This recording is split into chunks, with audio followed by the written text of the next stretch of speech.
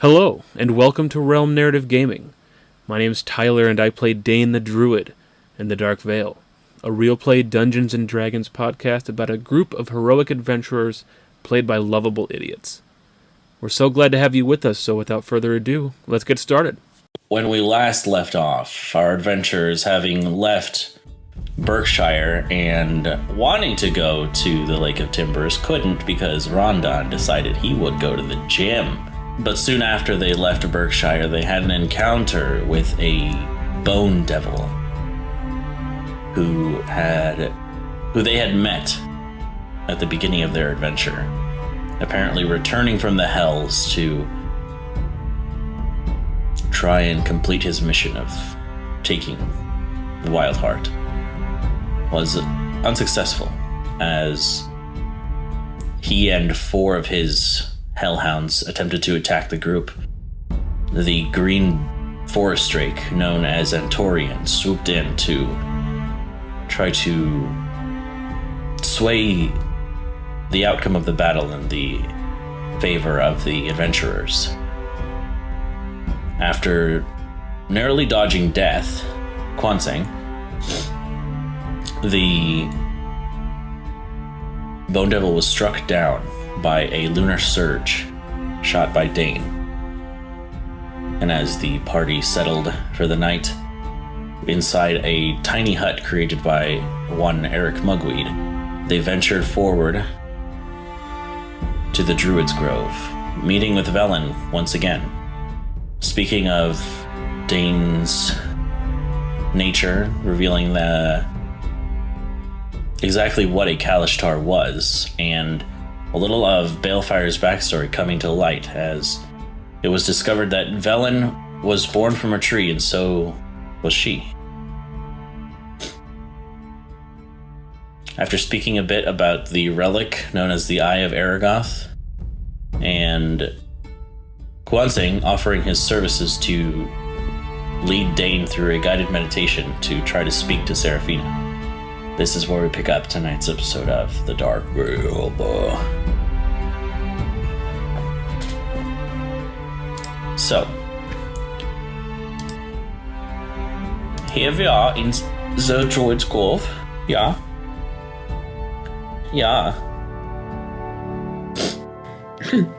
As Kwanseng, you are guiding everyone through meditation, yes? Yes.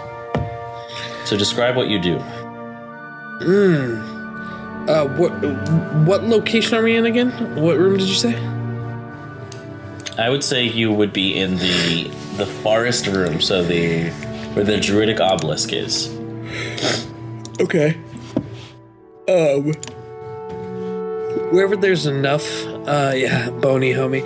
Wherever there's enough space, I'd like to just kind of gather everybody and guide them through this idea of inner peace, I guess, right? Okay. So in my mind, what I'm doing is obviously getting them to close their eyes, do all the basic stuff that requires prayer, but leading them in opening your mind stuff. So I'll just kind of roleplay that just so people understand what's going on. So if you'll all sit with me, close your eyes like you're praying.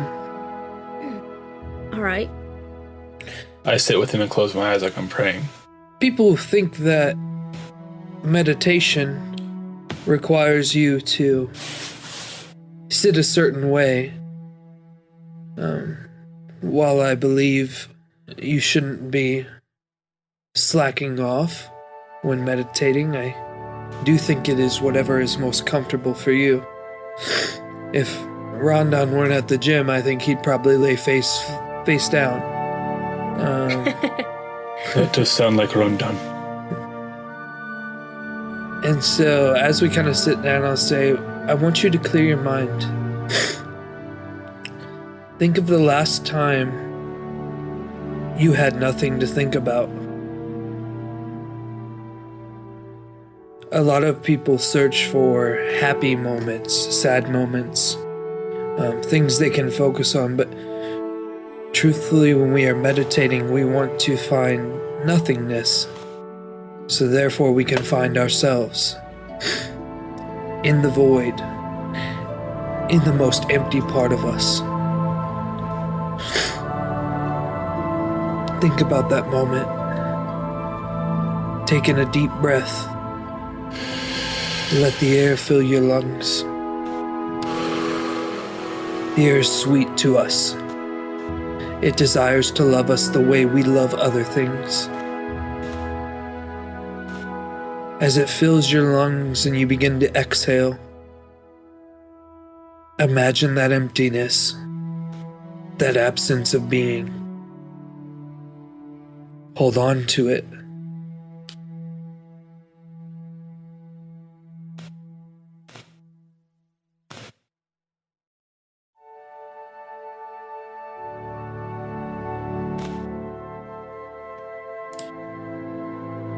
As he finishes saying that,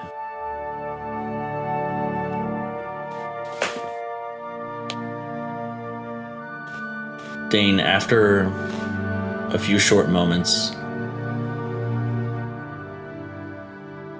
having your eyes closed, the darkness begins to fall away. And all of you begin to notice those who aren't entirely invested in this. So, Eric, you begin to see that sitting here with one eye open, looking to see if everyone else has their eyes closed. You begin to see that Dane begins to glow very faintly, a kind of vibrant blue.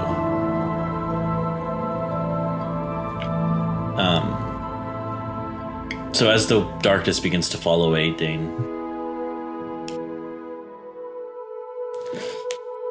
you suddenly see a cyan-colored world with a beautiful iridescent sky, with many strange alien-like creatures that fly across your vision.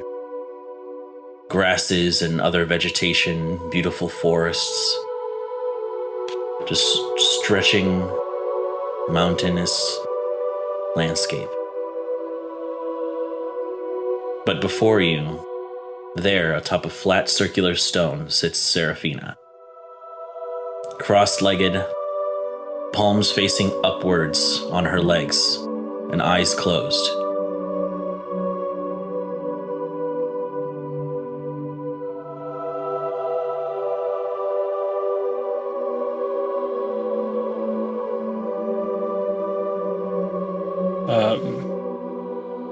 I guess Dane's posture will, mimic hers for whoever is seeing Eric.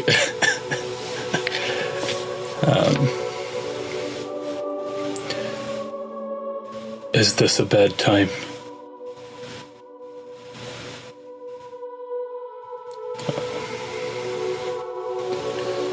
It is Also, not. I imagine that Dane's actually speaking aloud in the physical. Sure.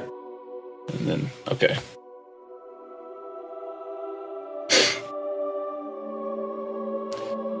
Where are we?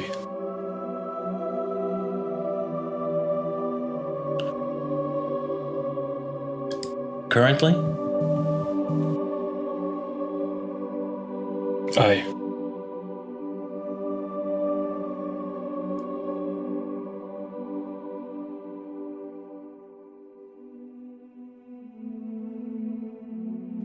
This is what is known as the Emerald Grove.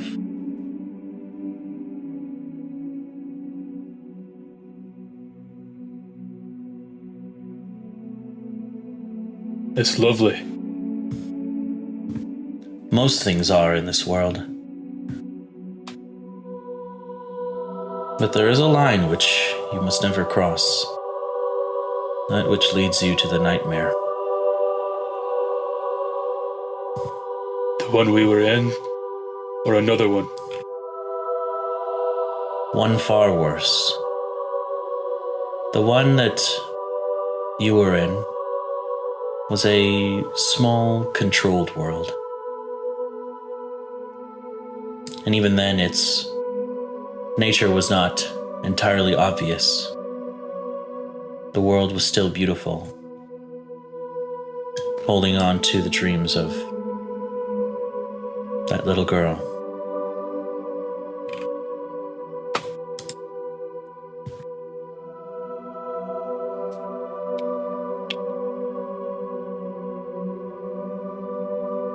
Last we met, you said you'd been speaking to me.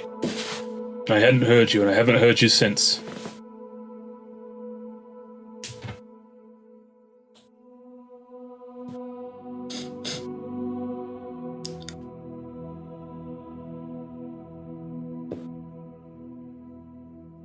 Yes, well, you're not a very good listener.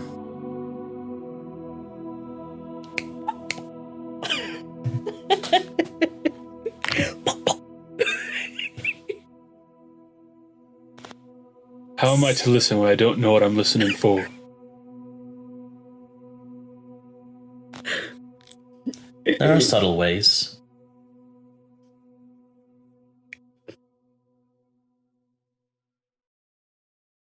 Such as?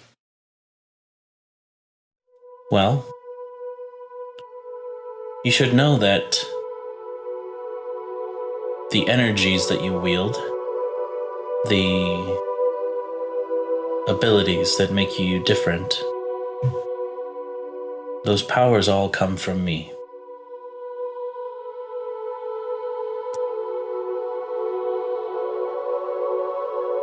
Speaking to those with your mind,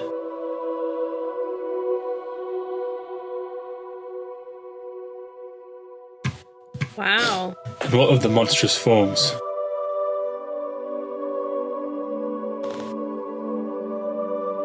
Belen explained everything but those two things.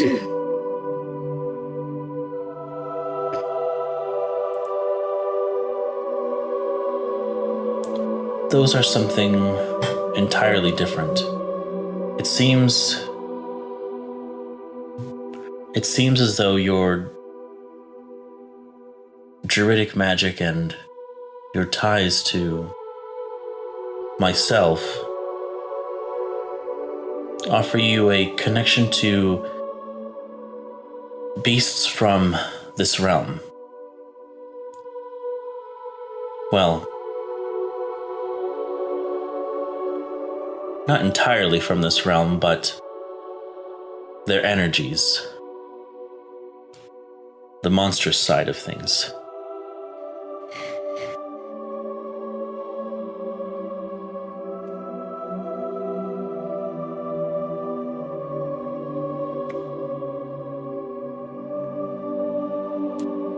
To be perfectly honest, a druid like you is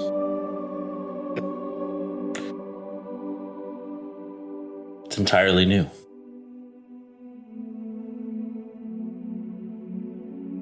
So Can much only of this speculate.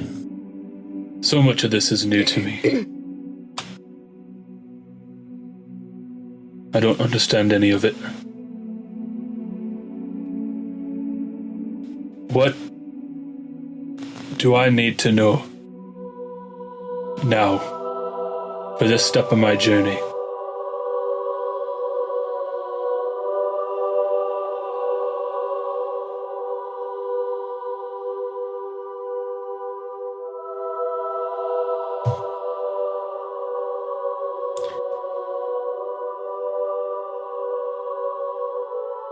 For now, your only quest should be to grow stronger.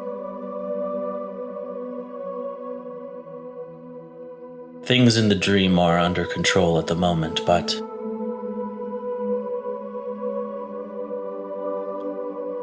the immortal known as Calicor, the nightmare,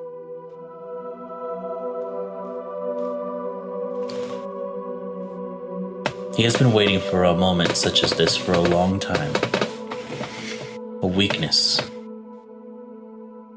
in the Pantheon. It won't be long before he strikes. Then we need to find the shards. How can we find them? Do you know? Do you have any knowledge of such things? Unfortunately, that is outside of my realm.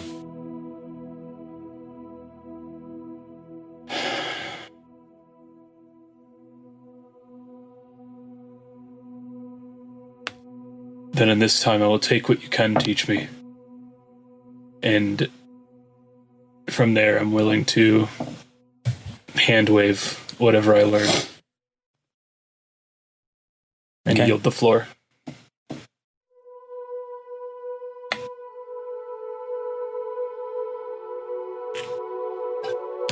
She stands up.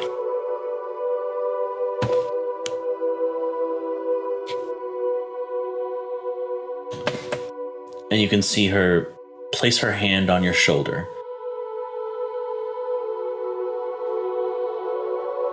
You can see her form, while as you knew it, was that of a woman with white hair. And suddenly there is this strange kind of ethereal creature that stands in her place. And it looks incredibly daunting and very alien-like.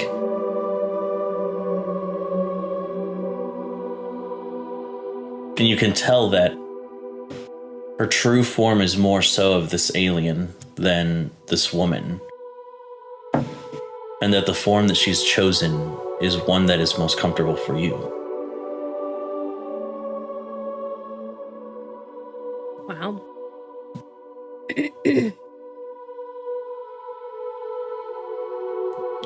You hear her words kind of whisper in your ear. And she just says, "When you are ready."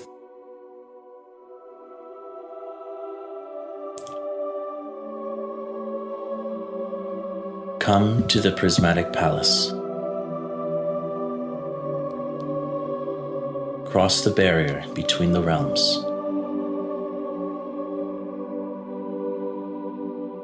And meet the Dreamwalker. How will I find it?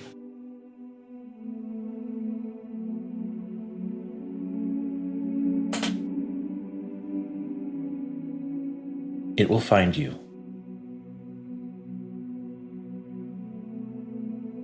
And suddenly you open your eyes.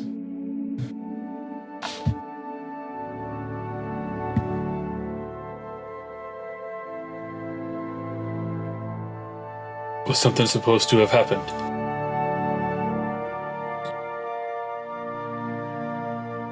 Let's meditate. You were talking to us and you said, "Where are we?" I was like, "Well, we're in the Druid Grove the way we always have been." You said it was lovely. I said, "Well, it's not really to my taste, but what, to each their own." And then it was like you started talking to somebody else after that. Eric was trying to have a conversation with you. That is how I recall it as well.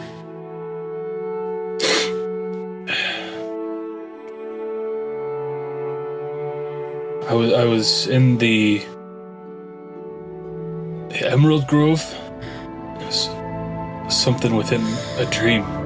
The dream. Where all of the dreams happen. Seraphina was there.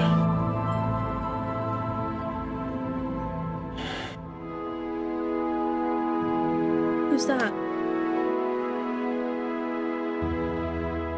This dream spirit with... I don't know, I have some sort of connection. So you were in the dream realm? I was in the realm of dreams.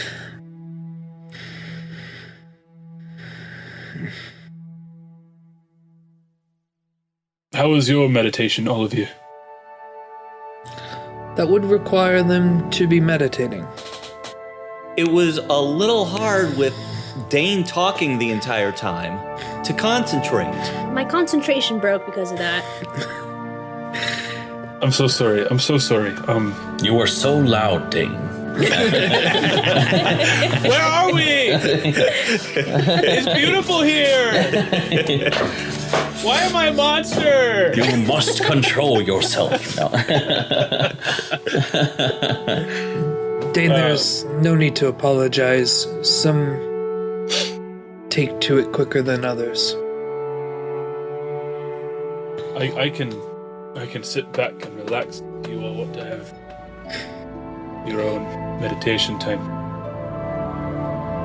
No, I feel like I really got everything out of it that I was looking for.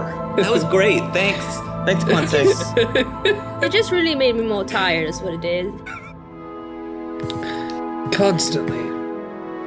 Constantly tired.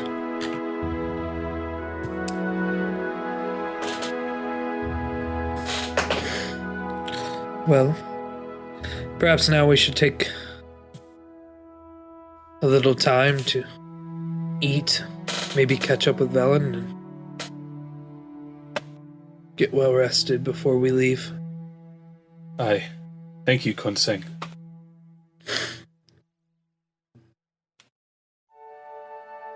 Pleasure is mine, Dane.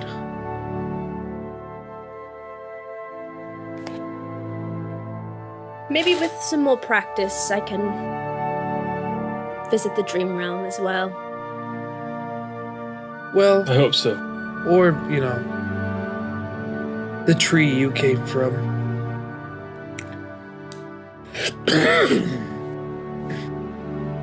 What do you see when you meditate, Konseng? I see many things, Dane. Mostly nothing. But I seek to achieve that. Because when I find nothing, I truly get to rest.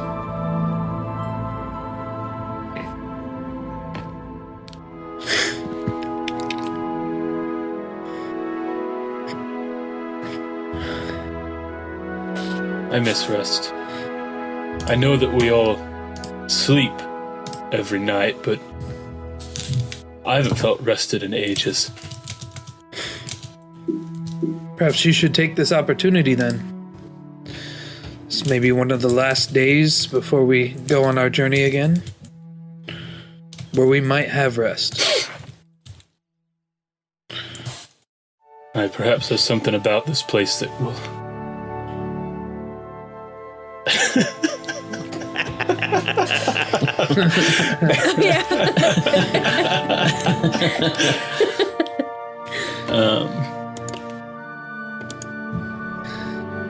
I will take this opportunity, and I will retire to the room that Velen had made to accommodate one of us last time. Okay.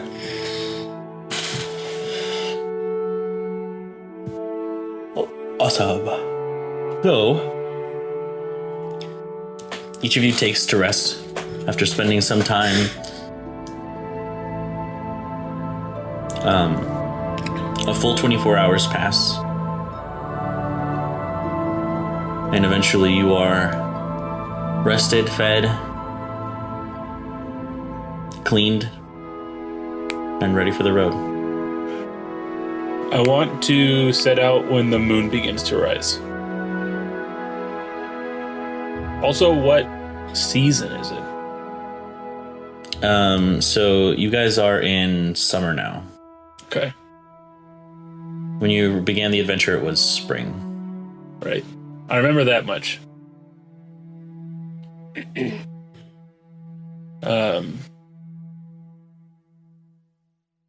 Is it cold without a sun? Or is it like It doesn't seem like it, no, yeah. Okay. It's a fantasy world. Just keep telling yourself that, Tyler. It'll get you through the day. Nothing gets me through the day. Oh, shit. Not even the guided meditations. Wait, say that again. Tyler? Just say nothing gets me through the day again. Nothing gets me through the day.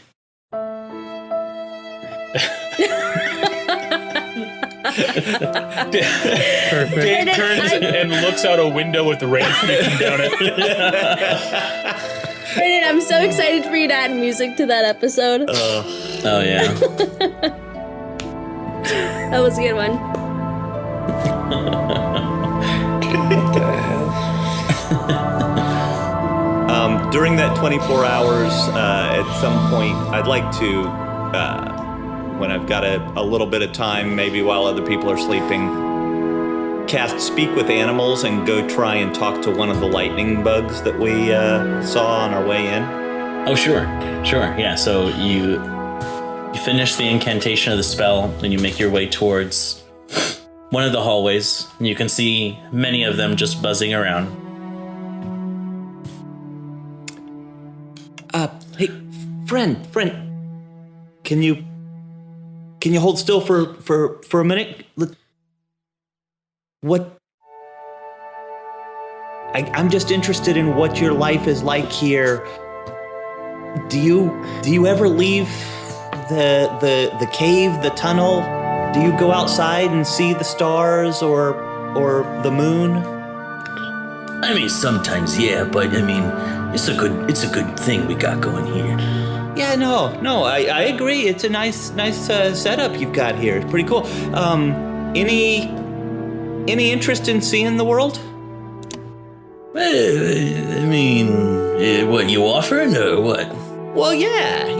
I mean, I figure, hey, we're heading out before long. If you've got any interest in tagging along, I think it would be great to be able to show you around a little bit. I know this is pretty great, but there's a big wide world out there, and it'd be pretty fun to have somebody to show it to. Well, you got any food? Sure. Well, I mean, Nice. I'm sure I can get it. What do you eat? Yeah, mostly anything, but sugar is best. Mostly anything, but sugar is best. Okay. Yeah, no, I think I can make that work.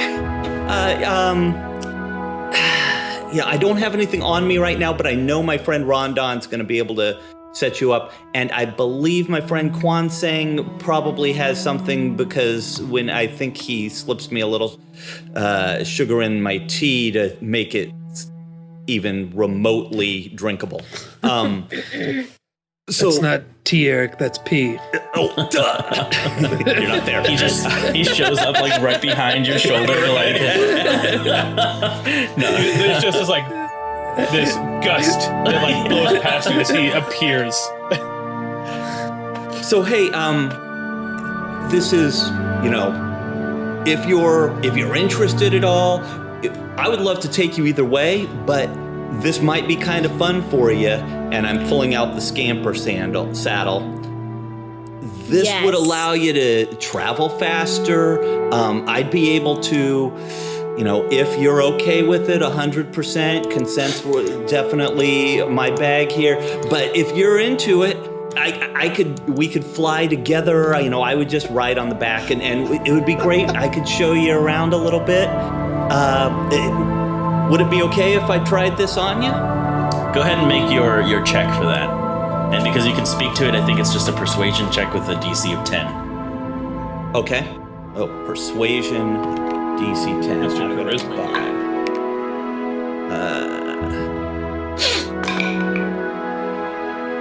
Yeah, 18. So he goes, yeah, all right, sure, yeah. Yeah, sounds like a good time. Why not? And I'm gonna put the scamper saddle on him. Hey, I'm sorry, this is how rude of me. I'm Eric. What's your name? Oh, my name's Borby. Borby! I love that. Grow up around here, and as I'm saying that, I'm strapping the saddle on as best I can. So, making some small talk, you get the saddle on. It's extremely comical because this is a bug. But just like being a little, I mean, you're already small, so it's not terribly hard because you got small fingers too. But eventually the saddle is on, and I guess what is the specifics of the saddle? Do they grow instantly? They grow to a size, you'd think that I would have gone ahead and pulled it up on my screen before I started all of this, but they grow to a large size, able to become my mount, is what it says. Is that And just large, like permanent? Large is lowercase l, so not the D&D rules of large, just large enough to be a mount. Oh, sure. At this large size, the creature gains an additional D6 hit points and an additional +2 strength and +20 to its base speed. I don't know what the speed of a lightning bug would be, but it's 20 more than that. So I'll go ahead and figure out the logistics of it and create the animal for you. But for the sake of this, you see Borby begins to suddenly grow and grow and grow, and to about a medium-sized creature. And you can see them just flickering their light from behind. You can see like the cavern illuminate just intensely from the size of this creature.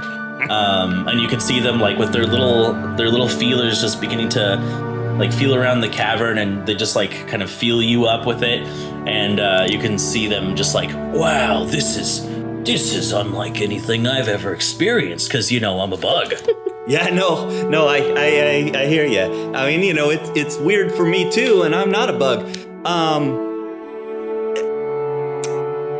Do you mind if and I'm just sort of motioning to the saddle, the seat on the saddle. Is it okay if I? Yeah, sure. Go ahead. Okay. And I'm gonna climb on and see if we can't do just a little, tentative flying Test around. run. All right. Yeah. So you see them. Their little elytra like opens up from behind, and you can see the wings just beginning to flit, and you can feel yourself just. This is the first time flying, and you feel a little having to adjust from the balancing act of this. And after like a minute or so of practice, you have it down, and it's just like coasting along the hallways, and eventually you come into the eye line of some of your friends as they see you just flying by on this oversized firefly. Oh my gosh, Eric! I take the cup of whatever I'm drinking and just like dump it out. I don't know what these druids drink, but I don't like what it's doing to me. Can I get on? Aubrey, I'm not sure that you might be a little too big for him. That's all right. That's all right. Hey, Borbury, our conversation here, I can't do this for long. As a matter of fact, the magic that lets me do this is probably going to run out here any time now. But we can talk again. If you ever have anything to tell me, we should figure out a signal so that you can let me know that I need to be able to talk to you again. Is there, I don't know what kind of control you have over your light. Can we do a Morse code thing, or? Well, we can work it out later. From this newfound intelligence that I have, it seems that I can only speak to you when the spell's active. Yeah, that's Otherwise, right. I just behave like a regular insect, so... Son of a gun. Okay, okay, well, listen, I mean, if this runs out and then we end up... I don't want to take you away from your home and then just, you fly away and you've got none of your friends around. But either way, we'll see what happens. I think this is going to be a lot of fun for us. Oh, yeah. We're going to have lots of great adventures together, as long as you have some food, right? You have food. I haven't seen any food.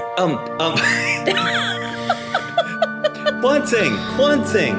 Try that. I approach him. Do you have like a sugar cube or just I don't think a cube would probably be too much, right? Just a couple granules of sugar. Do you have anything that you use in your tea? I could use some cubes. Do I hear this? You understood that? Nope. Yeah, I'm talking to you, and then I'm buzzing to Borbury. I was gonna say, is Eric speaking common to this bug? No. Or So as he's talking, I'm like, Eric, why are you talking to this bug? I mean, Also, the bug is much larger than Yeah. a normal bug, Kwansing. look at him. He's like the size of Like a dog. yeah, Well, Shetland pony or something. It'd be a little bigger because it's a medium size. So In this place, like though, I don't Sebastian know that from I would Parks be and Rec. surprised. Sure, yeah. Yeah. yeah. So, why are you talking to this Sebastian-sized pony? Sebastian-sized pony. This Sebastian-sized bug. We've kind of hit it off, and when we take off, I know I'm the one who slows us down a lot of the time, and I don't mean to bring up Pip, but I was always able to ride on Wolf, and I was kind of hoping that maybe this would let the group travel a little bit faster. Ask him how fast he is, Eric. I think what we're going to do is we're going to let the DM figure those kind of details out later. I'm working on it as we speak. Sure, Eric. I can do that for you, and I'll just pull out a couple sugar cubes from my tea set. Thanks. And next time we're someplace that we can replenish this, it's on me, of course. And I'm just going to take some of the sugar and I guess at his size, cubes would be, of course, perfect. So hold them out for Borbri to slurp up or whatever lightning bugs would do. You can see several mandibles beginning to move and just work as they take the cubes and just begin to chew them. Not the cutest, but they seem pleased and they say, "Oh, that really sure hit the spot." I'm so glad. I'm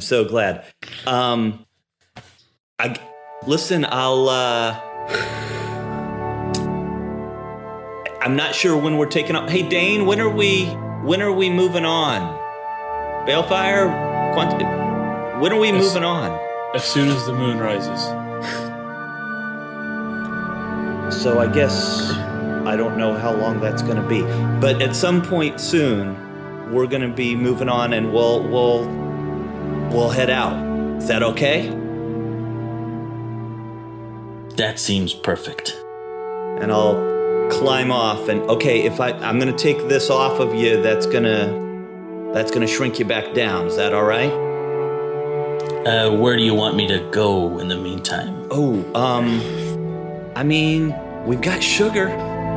Just, you want to stick here? Just stick around. Yeah, sure. All right. Maybe you should get him like a glass jar. Yeah, I don't know. That seems a little cruel, right? I don't know what to. I mean, maybe. Think maybe a terrarium of some sort. For all of your bug friends, because if they're on me, Eric, I'll lose it.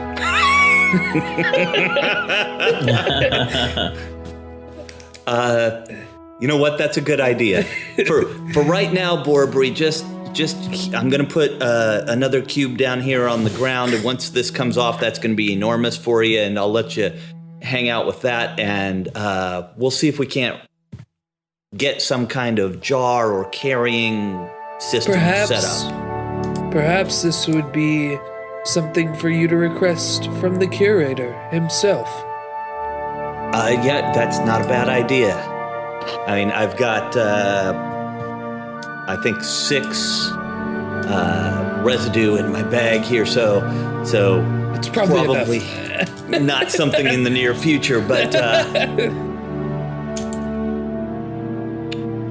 and I will take the saddle back off of Borbri. All right, and as that happens, the form kind of shrinks down, and you can see them kind of just fly up to your shoulder and just perch there. Ah, nice. Nice. That's cool.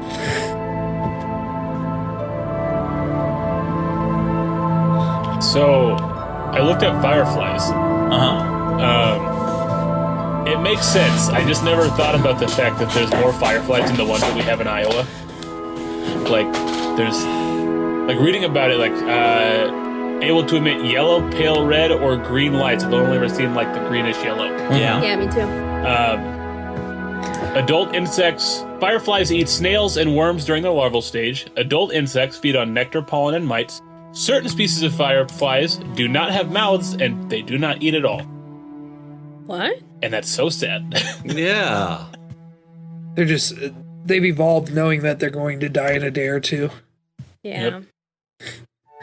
Also, this one says, some fireflies, when they gather in large groups, produce light at the same time. Synchronously. Like, synchronously in parentheses, like, like, I want to use a fancy word, but... So I'm learning some stuff tonight. Oh, nice. More than 2,000 species of fireflies. Wow. What color is the light on this one's butt? It's like it'd be like a green. It'd be like a green one. Okay, Just to match the interior of the grove. sure.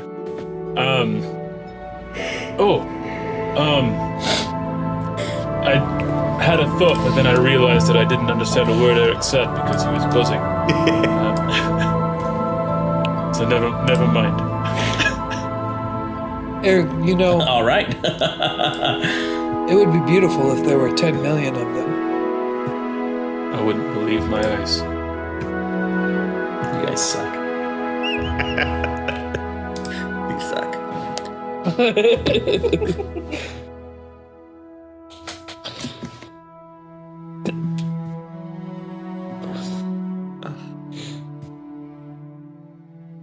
All right. Well, I'm ready to take some rest.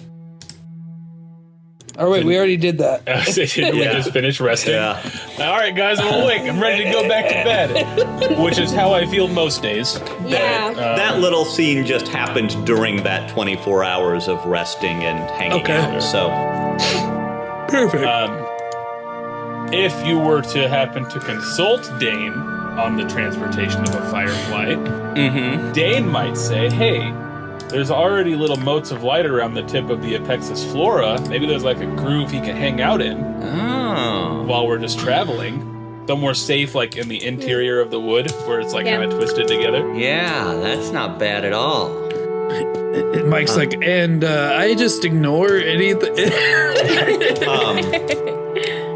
I'll tell you the thing that I thought, and I hate to steal more stuff from Kwanseng, but I'm wondering if he has one of those little wire balls that you put tea into to put into the water. You know what I'm talking about? Oh, sure. I'm sure there's a name for that, but I don't know. Wire ball. Might feel a little enclosed for, wouldn't be able to fly around or anything.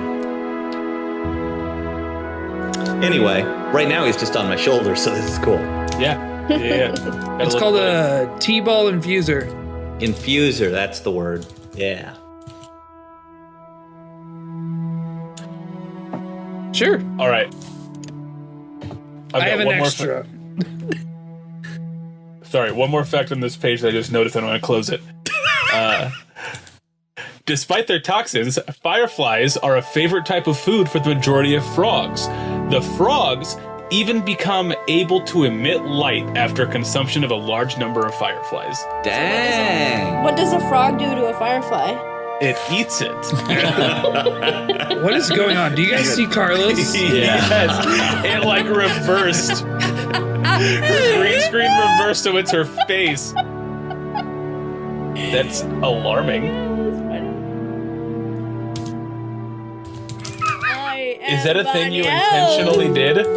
Huh? Is that a thing you intentionally did? No, I'm just doing my hair. That's spooky. That is spooky.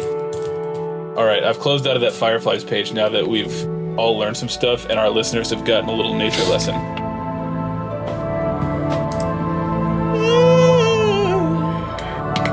All right, I am going to prepare to make way forthwith from... time you knew the village of Motelou is all you need. He said make way. All right, and the dancers are practicing. Thanks, Tyler. And then once the moon is up, Yes. it's walkie time. Or buzzy time. Yeah. Our buckwheat friend. And in those 24 hours between resting and stuff, I will have accepted that training from Velen as we did stuff briefly. And Dane's good. Gotcha.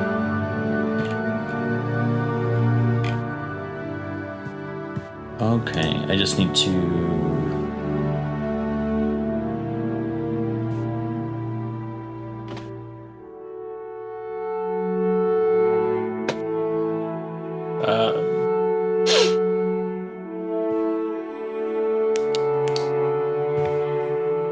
All right, it is done. So go ahead and add Borby the Firefly to your creatures list. Should be Okay. a specific mount section.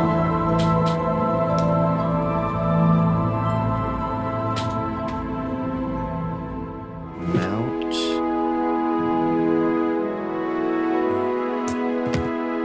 Yep, there it is.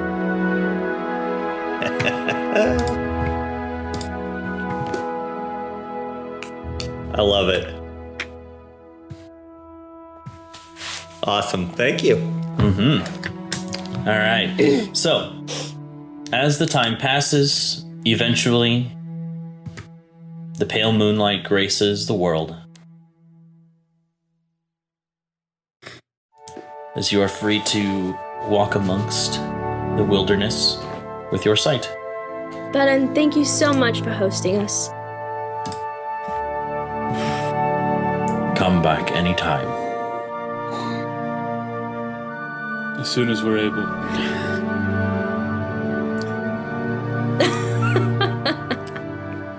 Mike. Look at his back. Yeah, thanks. Thanks, Velen. Barbary, let's go. All right, and as you guys head out into the forest, who is taking charge of navigation and whatnot?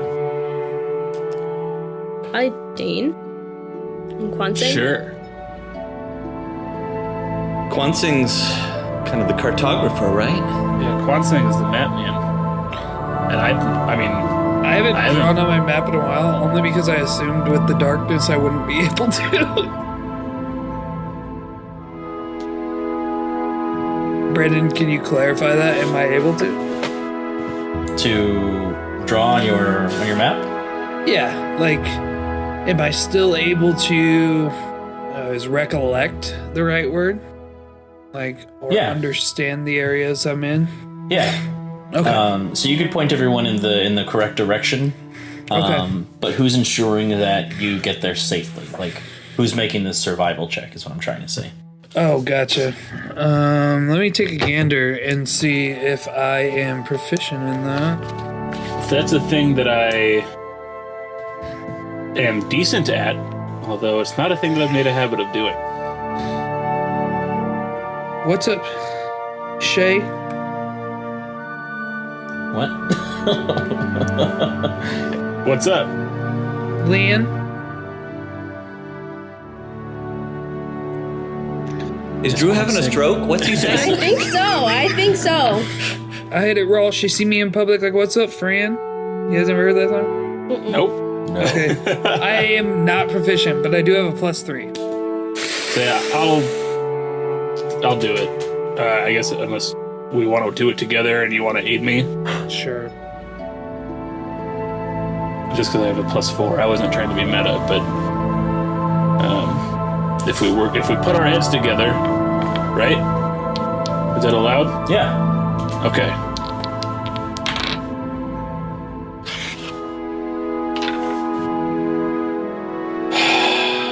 Six. I rolled a 1 and a 2. Okay, in the future, I'll do it. Yeah. Yikes. Those darn dice and their darn little tricks. Just out of curiosity, what I would have rolled: a 19 and a 6. Might be. Wanna make way.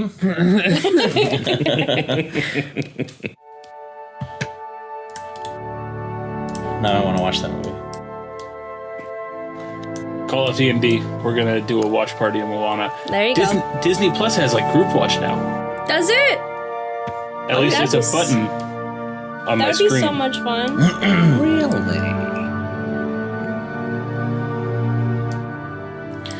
All right, so as you guys are traveling, there is this kind of sense of calm that comes over you as the moon hangs high in the sky. You begin to see all the different wildlife now revealed to you all as you guys are passing through. You can see the deer. You can see some wolves, bears even, hares and squirrels, foxes, all kinds of creatures wandering through the forest.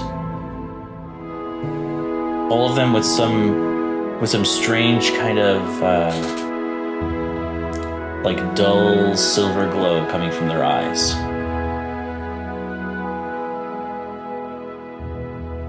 And as you are pressing forward, you begin to see the Peregrine Peak Mountains coming closer and closer into view. And you can see what looks like these kind of craggy spires kind of coming up into view. But what you hadn't noticed is, and what is now apparent as the ground begins to rumble, you can see these different kind of holes, these almost like these strange like burrows in the ground that you hadn't noticed before. And as the ground begins to rumble, this large kind of silver gray plated creature burrows up from beneath the ground. A second one comes up, and then a smaller one comes up. And I need you guys to roll initiative. Oh, shit. No. Sorry, guys. I totally borked the survival. Oh boy! Natural 20. Nice. Way to do it. Way to be initiatus. Is initiative an ability check? Yes, it is. Okay.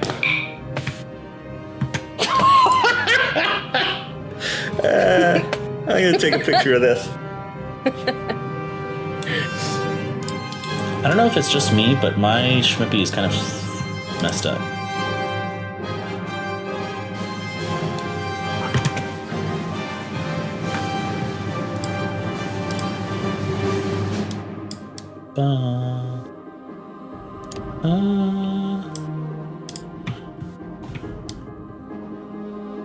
Oops.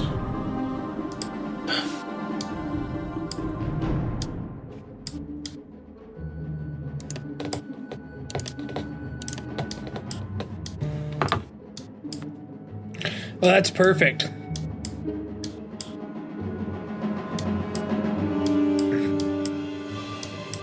Oh no! Can't you re-roll natural ones though? Yeah, but it's funny, right? I mean, Yeah. that's just, I just think it's funny. Yeah. Dang. A nat 20 and then a natural 1.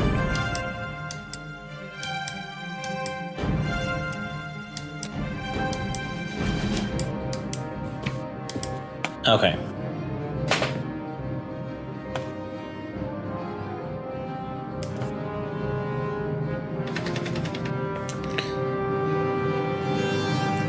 All right, so Eric, we come to you first. After re-rolling my nat 1, I have an 11. Okay. Balefire. A natural 20. What's the total on that? That is a 23. All right. Dane. 17. Wansang. 12. Oof.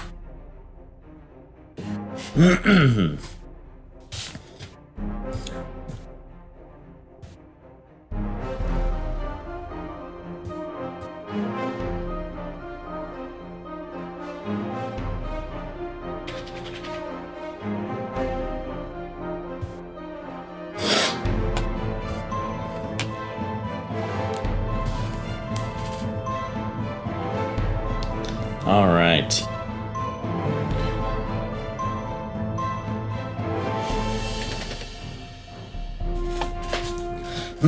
All right, so Balefire, you are first. As you hear this rumbling, suddenly these creatures, it's like a silver grayish kind of like plate that kind of goes throughout their back, and you can see they have like giant pointed mouths with no teeth, but it seems like the lining of their jaw has like these points that create their kind of sharpened like teeth, I guess it's what it would be. And you see these like giant claws that look almost like digging utensils. These giant nails just built for burrowing in the ground. Gotcha. Bureau. Where are they? We never got the Schmeppy if there is one. Oh, gotcha. My bad.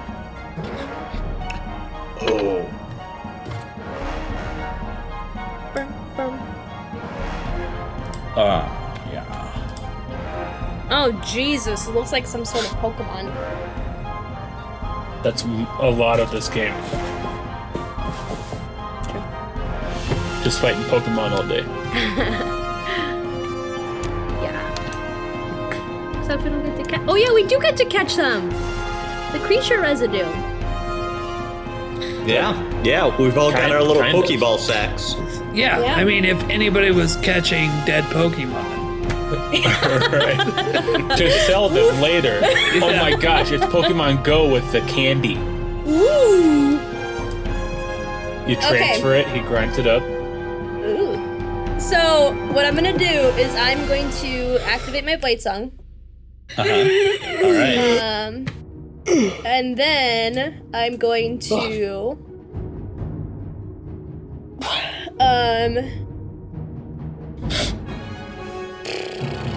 I'm going to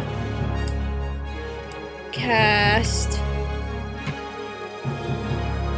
Haste on Eric.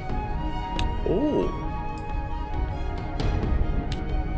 So what does that give me? That gives you +2 to your AC. You have advantage on dexterity saving throws, and you get an additional action on each of your turns. Holy cow. Yeah, the action. The action is a little. Yeah, it can only use to take attacks with one weapon attack only, dash, disengage, hide, or you can use an object as an action. So I don't think you can use like a second spell, Sure. but your movement increases. I'm gonna pull that spell up on my phone so that I've got it ready to refer to. So your speed is doubled. Sweet. Thank you. And yeah, and then I'm going to move back here and take Perry with me. Okay, that's my turn. Okay. And then I'm just gonna say, bloody hell, watch out! All right. So now it comes to one of the smaller ones. This young looking creature, and it just digs itself out of the ground,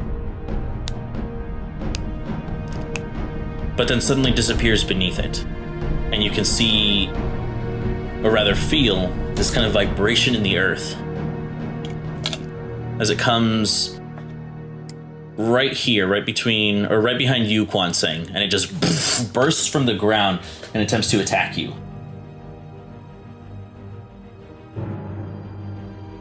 I'm glad I moved. Damn, that would have sucked.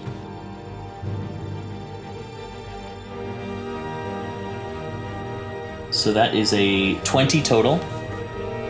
To hit? Mm-hmm. Yeah, it's...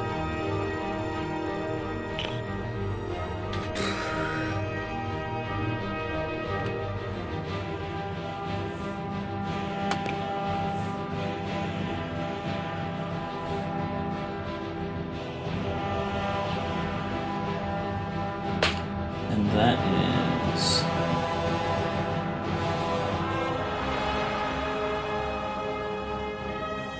You take 12 points of piercing damage as this creature just Or no, sorry. Yeah, piercing damage as this creature just runs up to you. Oh, sorry, no, I rolled the wrong one. My bad. Sorry, I rolled the wrong attack. Okay, this is actually worse. So it sorry. Its head jumps up from the ground and bites into your leg. You end up taking 30 points of damage as this creature snaps into your leg, and you can instantly hear some of the bones pop, and blood just starts to just pour down your leg. Okay. Dane, it's your turn.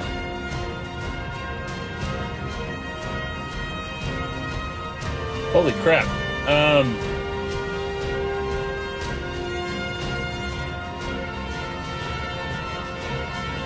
Holy crap. Okay.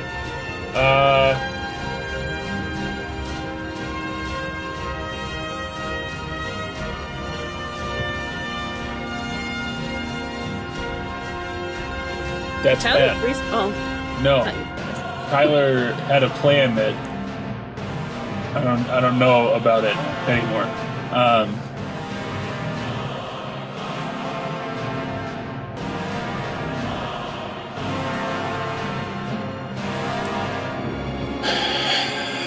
All right, so Dane's gonna cast. He pulls the. Oh, what's up, Oliver? Aw. He pulls the Apexis Flora like horizontal in front of himself, and he pushes out with it and casts Tidal Wave at the two adults. Okay, yeah. And that is a Dexterity saving throw, please. Dexterity saving throw. That is a 2 for the first one, That's a failure. and a 1 for the second one. Also a failure, so that's 15 points of bludgeoning damage, and they're both knocked prone. Are they pushed back? No. Okay. On a failed save, a creature takes 48 bludgeoning damage and is knocked prone. The water then spreads out in all directions. So that's my action.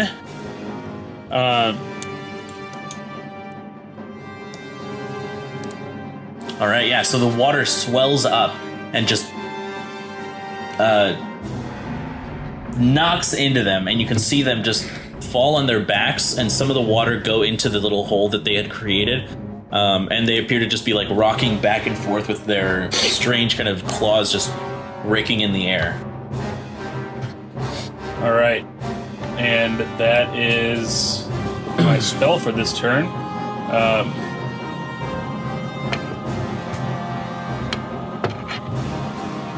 I'm going to bonus action into I'll do the carrion crawler because that's the best I got right now. And I'm going to kind of move toward the young one that attacked Kwanseng. Okay. And I'm gonna see if I can, I'm big and scary.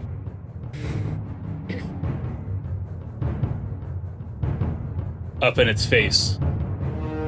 Gotcha. I know I probably can't actually intimidate it because that'd be an action. Right. But try to draw some fire. Gotcha. All right, so at the end of your turn, it comes to the second one. It is going to stand up, and that's half of its movement, so that's...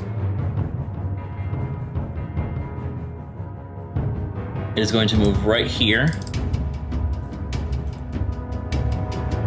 And it's going to bite at you, Dane. Actually, no, it's not. It's going to use its Deadly Leap.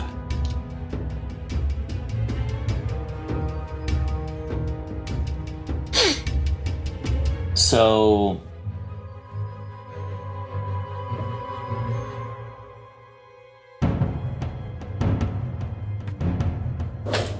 So I need Dane and Kwanseng to both make dexterity saving throws. Right.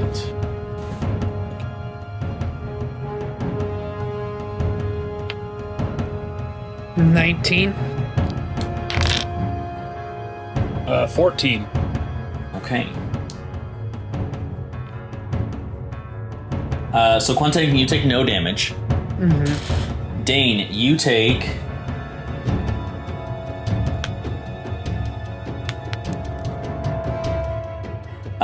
14 points of bludgeoning damage. 1-4? Yep. And Okay. 16 points of slashing damage as you see this creature run, jump in the air, and spin, and land. Just creating this shockwave. As Quantang, you are there kind of being held by the younger one. You just pull yourself from its grasp and do like some cool monk shit twist in the air, just avoiding the entire attack altogether. That is its turn. Quantang, it's your turn now. Okay. I'm going to disengage. Is that possible or am I grappled? You're not grappled, no. Okay. Yeah, you can disengage as an action, or you can use it as a bonus action for Step of the Wind if you want. Yeah, that's what I'll do. Is I'll use Step of the Wind and disengage. Okay. And then I'll head down this way. But before I do that, I'll get an attack on the little one. Okay.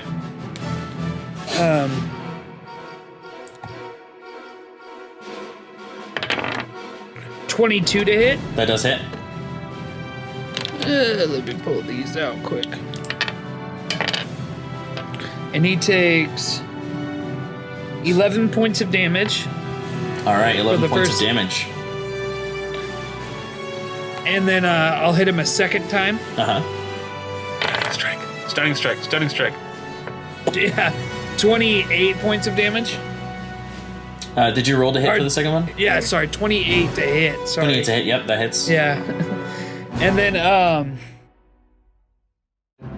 yeah, I forgot that I had that good call out. I'll use a stunning strike as well. It just says Okay. when you hit with a melee weapon attack, you can spend 1 key point to make the target stunned until the end of your turn. Okay, so the If it saving failed- throw, it's a con save, I think? Yep. So it's a 19. It seems like these creatures are pretty hardy. Sure. And then that one takes max damage at 15 points of 15, all right, yeah, so you strike 2 times. One of them with your stunning strike, you actually do an open palm, and you can see like the vibrations kind of just like boom ring out throughout this creature, but it doesn't seem enough to lock its muscles in place. As you disengage, you just do like a cartwheel flip and just get out of the way and start running. Is that your turn? Yeah, I'm gonna finish my movement, but yeah. Okay. You're free to go on. Gotcha. Eric, it's your turn now. Okay. You saw that one of these things just nearly take Quantang's leg off. Yeah. But I see that he has made it clear. So, moving fast, I'm going to try and launch a fireball. I just want to see if I put it right here. It's a 20-foot radius. If I put it right here, can that catch all 3 of them without hitting Dane, or is Dane going to get caught in that? No, you wouldn't be able to hit all 3 of them without hitting Dane. Unfortunately, Okay. the young one and Dane are just lined up, so where if you put it right to the young one, it would also hit Dane. Yeah, that's what I What was if you thinking. went 1 south of there? Right here? Based on the measure ring, I guess it would hit the corner of the square I'm at. It just doesn't hit my token. But if you went 2 south of there, that would hit the corners. If it hits even a little bit of your square, it still hits. 2 south of where he originally, like the ring radius on Shmeppy, it hits the corners of YB and B2 and does not hit the corner of my square. 1, 2, 3, 4. Oh, yeah. Yeah, it does. But it wouldn't hit all 3 of them. Yeah, it would. Wait, what? If you have Because the it would go up 4 and over. Yeah. If you have it right here, if you center it right here where my laser is, or on the O, and then click the measure and move it towards YB, you can see that it'll get YB B2, but it won't go onto Dane's square. Oh, I see what you're talking about. That's wild. So if he Yeah. centers it right there, it'll hit YB, B2, B1, but it won't hit Dane.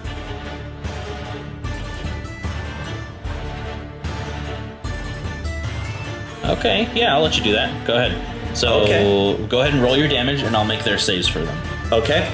I love this measuring tool. So So nice. the young one rolled a 5. That's not going to cut it. Number 2 rolled a 14. No. And number 1 rolled a 5. No. So that's max damage on all of them. All right. So that's 8d6 damage. Yeah, they don't seem very dexterous at all. They're these large, like, lumbering creatures that are meant for underground digging and whatnot. 10, 20, 30 points of fire damage. 30 points of fire damage as the young one is just incinerated. You can see it just roll over and almost kind of curl up into a ball as it's like it's nearly metallic looking hide. It just singes and there's like these soot marks all over it. And the other ones just kind of get close to the ground and attempt to shield themselves. So that was how many points of damage again? 30 total. 30. All right. Oof. As this fireball, the flames just swirl around the area, just nearly catching, almost catching you, Dane. You have to like pull yourself back a little. I give a buggy screech.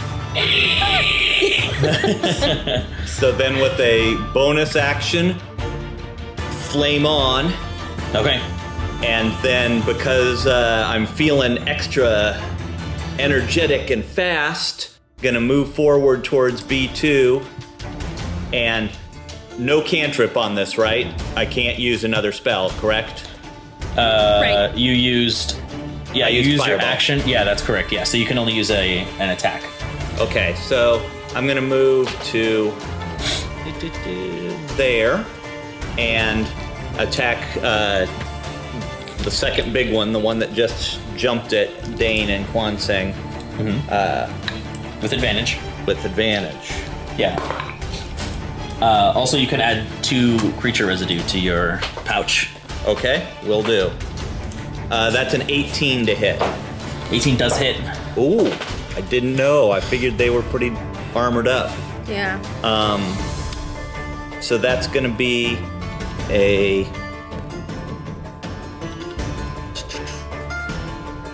5 points of piercing damage and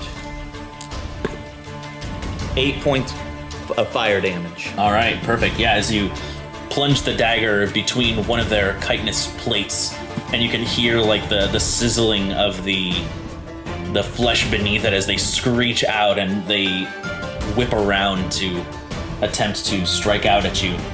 Is that your turn? That is my turn. All right, so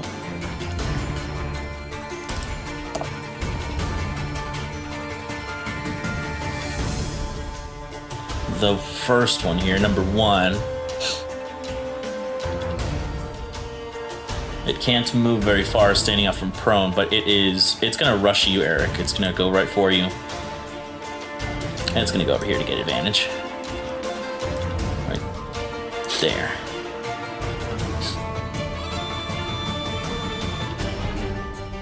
So it rears up. After burrowing beneath the ground, it comes up right behind you, and you can see its massive jaw just strike out with a natural 20. Oh!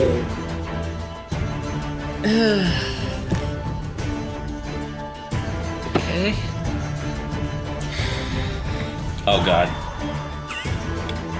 That's not a good sound. With a natural 20, you take 53 points of piercing damage. I fall off of Borby and lie on the ground bleeding out. Wait. Did you increase your AC by 2? Yeah, it's a natural 20. Oh, yeah, that's true. Yeah, so this thing comes up, and you can just hear crunch as this thing just picks Eric up with his jaws, and you can see multiple bones just snap in its jaws, and Eric's unconscious form is suddenly just being flung around in its mouth. That's its turn. Balefire. I'm going to cast Fireball at it. Okay, which one? B1. Okay, so you're centering it over there so that it doesn't hit Eric, right? Right. Okay. All right, so that's a dexterity saving throw from this one. Yep. So that's a 19. I actually rolled really well on that one. Fuck. So no, never mind. Half damage still. Half damage? Yeah. Okay. Okay. Yeah, unless you're like a superhero that can just dodge out of fire like Kwanseng, you're always going to take damage from that.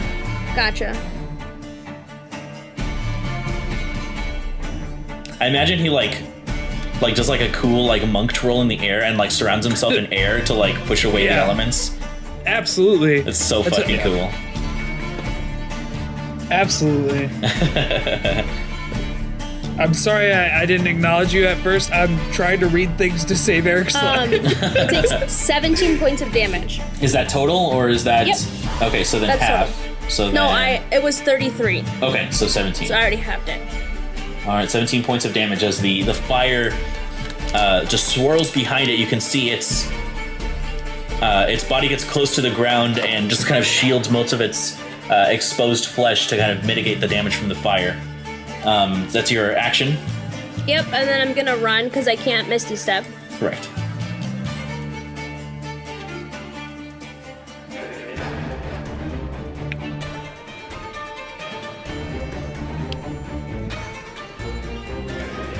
And you can move Perry with you, or move Perry away. I'll say you can control him on your turn if you want. Okay, Perry's gonna stay there. Okay. Oh! And I'm gonna go here and kind of put my body over Eric. Okay, gotcha. So Dane, it's your turn now. As you see Eric just begin to just flail wildly in the jaws of this creature. A second fireball is flung to the edges of the forest, and the situation becomes more and more dire each second. I literally put my body over Eric. He's not on the ground so much as he is like kind of being flung around in the jaws of this creature, yeah. Oh, gotcha. Yeah. She jumps into the jaws of this creature. Yeah, I jump into the jaws of the creature. Blue Skid do. We can too.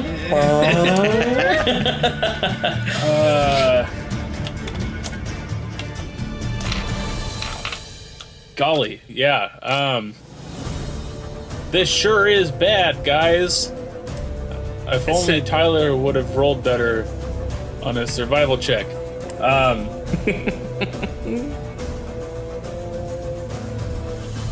Hearts. But. Heck. Shoot, skedaddle. Quanting seeing Dane kind of doing weird stuff, talking to himself, yells out, "Don't worry, I'll get him!" Alright. I won't worry. As you're feeling like the blood pool down your leg, Kwanseng, your entire body is pulsing with every moment that passes, but the adrenaline is keeping you up. So, I guess I'm gonna multi-attack B2. Okay. Starting with the tentacles. That is a 24 to hit. That definitely hits, yeah. Alright, so I'll roll damage, and I'm sure he'll make the Constitution saving throw, but I need one all the same. Okay, that is a 19 total. That fails. I don't think it fails. You don't know anything. That's 6 points of poison damage. Okay, yeah. So the tentacles just whip out, trying to reach themselves into any exposed areas. And then I will make the bite attack as well. Okay. That one is a 21 to hit. That still hits, yeah. And that's another 6 points of piercing damage. All right, as this clash of two titanic creatures is you're just forcing yourself onto this creature and whipping around the tentacles and biting it, doing what you can. And I'm really just trying to keep its attention back on me. Gotcha. So I'm actually going to move so I'm even farther opposite of what's going on. So I'm where Eric is up to the northeast, I'm down below to the northwest. Gotcha. Any bonus actions for you? I don't have any. Oh, wait. No, I don't have any. If you want to heal yourself, you can. Can you heal Eric? I can't. I can use a spell slot to heal my wild shape forms. But that's all I got in a wild shape. Gotcha. I will forego that this round. Okay. So it comes up to number 2. It's going to bite out at you, Dane, seeing as how you are harrowing it. And it is... Oh, that's not very good. That's only a 13. 13 is exactly my armor Oh, class. shit. Okay. Yikes! So you take 22 points of piercing damage as it kind of climbs up on you, holding you still with these giant mole-like claws, and with its enormous maw, it opens up and just chomps down on your just soft carrion crawler form.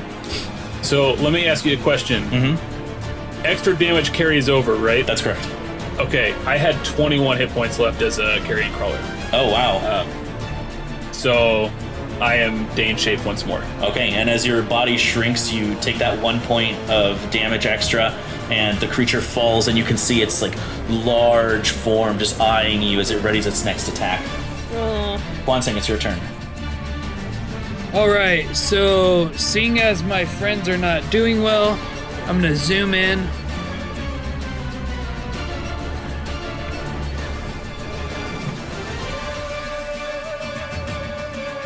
Yeah, right there.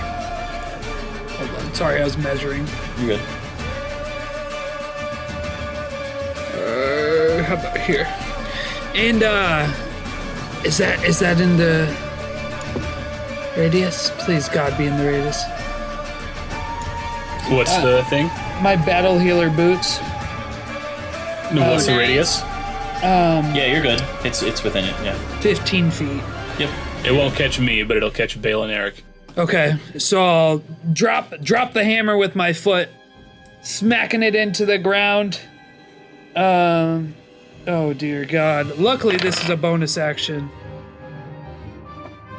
Let me get your guys' 4, 3. That's not bad. 7. So you both get 9 points of health. Sweet. There you go. Yeah, as you are brought back to life with this swirling, misty air.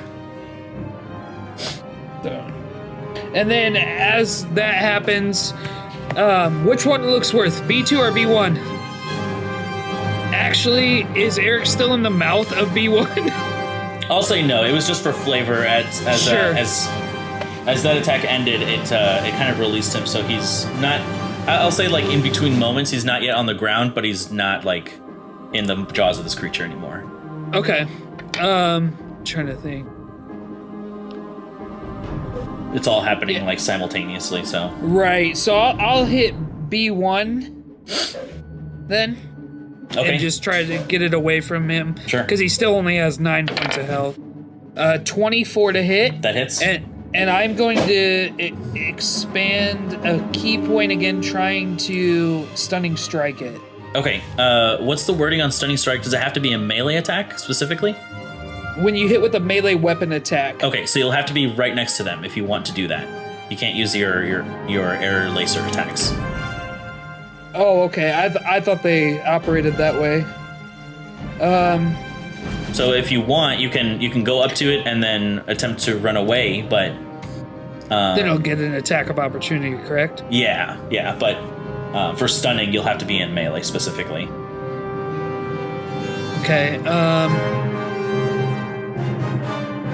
sure. Just imagine it's like the Ty Lee thing where she like tries to like cut off their key, like Sure. their chakra points or whatever. She's like, Yeah, let's do that. So it was a 24 to hit. okay, 24 to hit does hit, yep. And then it So- needs to make that Constitution saving throw. Okay, and this is number 1, right? Yep. So that is... that's only a 9. So it fails and it's now stunned. The cool thing about Stunning Strike is because it's stunned, you guys all get advantage on rolls against it. Cool. And basically awesome. it skips its turn. Yeah, because it's stunned until the end of my next turn, not you go. its next turn. So, which means I'll be able to hit it again while it's stunned, correct? Because it's the end of my next turn. That's nuts. Yep. Okay, so he's stunned. You have advantage on this attack. Yep. Thank God, because I rolled a natural 1 and then an 18. Ugh. So that hits. Yeah. And then another 12 damage. So it took 24 total damage. All right, 24 total damage as its body seizes as you just slam it with all of these different strikes, and every strike you can feel the vibrations kind of course through it, like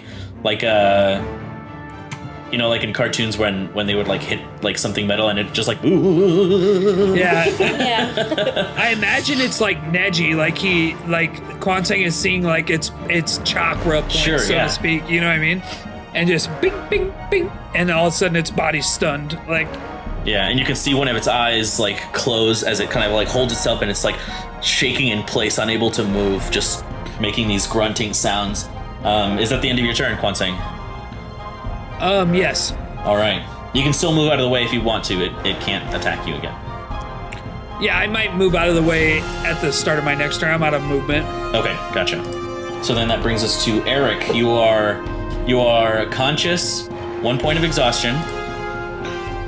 Gotta add that, yep. Okay. And but you're not dead. So That is a plus. Okay, so question about the extra action with haste. Uh-huh. It has, if I'm gonna do an attack, it's gotta be a melee attack. Can I do that before? Can I do that action first? yes. Okay. So I'm assuming that the dagger flame went out when I was unconscious, so I'm gonna bonus action flame it back on. Well, not unless it says so specifically on the item. I don't know if it says like if you fall unconscious, this effect ends or something like Yeah, that. I don't know. I don't have anything else to do with my bonus action. So Oh, okay, sure. It's flavor as much as anything. Okay, cool. Flame it back on and try and stab that thing right in the. I want to go for like the roof of the mouth because I was just in there and I didn't All right. enjoy it. And so this is number 1, so that's with advantage because he's stunned, correct? Yes. Excellent.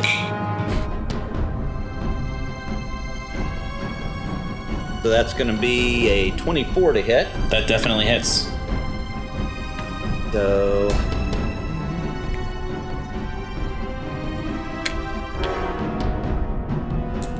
that is 6 points of piercing damage and 6 5 points of fire damage. All right, yeah, and so as you jam the blade directly into the roof of its mouth, you can hear this like scream, this wretched like death cry as the flames just pour down its gullet, and you can see it burn alive from the inside out as it just falls. Oh, it Nice. fell. Yeah. Okay. Then I'm gonna whip around and hold the dagger out, but also have my wand that I'm pointing and just sucking the life force, the vitality out of the one that's still standing, casting Blight, Okay. which is a saving throw of some sort. Constitution. Constitution saving throw. That's only a 13. Oh, so that did not succeed. So that's not going to be pretty for him. Okay, 8, 10, 20, 31, 32, 39 points of necrotic damage. 39. How do you want to do this? Yes! Thank God. So pulling, and it's almost like droplets of water are being sucked out between the plates of this armor down towards my wand as it shrivels up inside. The plating's still there, but now it looks like a little kid wearing his dad's suit. It's just the plating is too big for this husk, and it just can drop to the ground. Nice. All right, yeah, and you begin to hear bones breaking and skin beginning to crumble as this thing is just instantly just dried in a split second, and the battlefield falls silent as its life force is drained from it entirely. And you can add 10 creature residue. Dang. I'm gonna count them up. Kwansing, I think I took down 3 of them. What was your count? Just your life, Eric. All right, fair point. Okay. Are you all right, Eric? In a lot of ways, I've never felt better, except for all the ways that actually keep me standing. So, yeah, no, I'm not feeling so hot. But that was pretty cool, right? That was amazing. I'm going to do a second level cure wounds for both Eric and for Kwansing. Okay. I appreciate that. Absolutely. So, Kwansing, that is 11. Yes, you. 11 points of healing. And son of a gun, this is 2 nights in a row that your healing rolls were butt. And That's then okay. the next one, Eric, that's 16. Thank you, Dan. That's the second night in a row that I've almost died. Yeah. So where are we? In hell, obviously.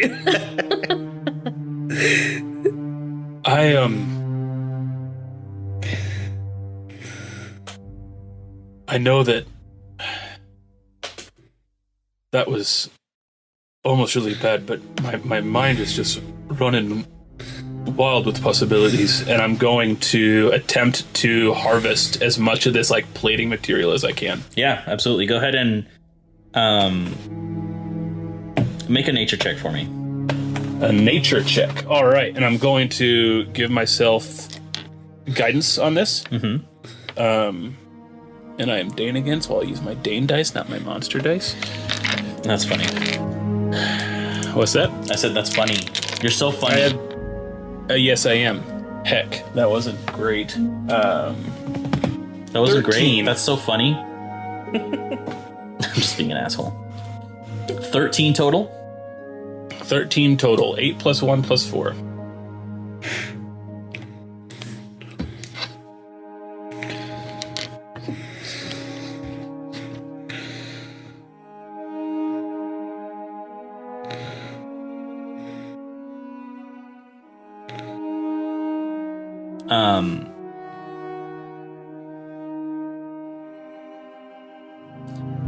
From the one, you don't manage to extract as much as you'd want. Just like a few like chipped pieces of like this like the backplate of it.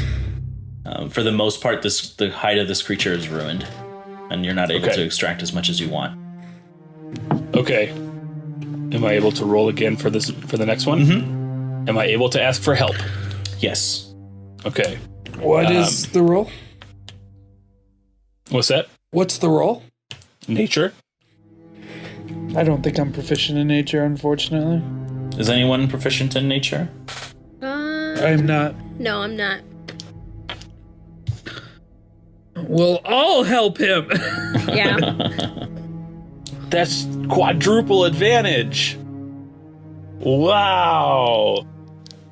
So if they're not proficient, does the aid action apply? I would say no, because they have to know They have to know what they're doing to harvest the creature's pieces. Okay. So I'll turn to the next one. I'll give myself guidance again.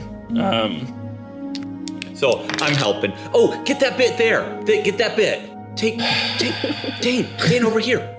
Over here. Perry, boy, come over here. Oh! Come, Perry. That one was an 11. 11, no, unfortunately. There's not much that you can really pick, and You're not sure if it's just that you're still shaken up from the encounter, or if it's because you've never encountered such a creature with this type of anatomy before, but it doesn't seem to be... You don't seem to be able to extract anything useful from it. Okay. You do have one left, however. I say I'm going to turn to the youngling. I'm going to use a different die. I'll give myself guidance once more.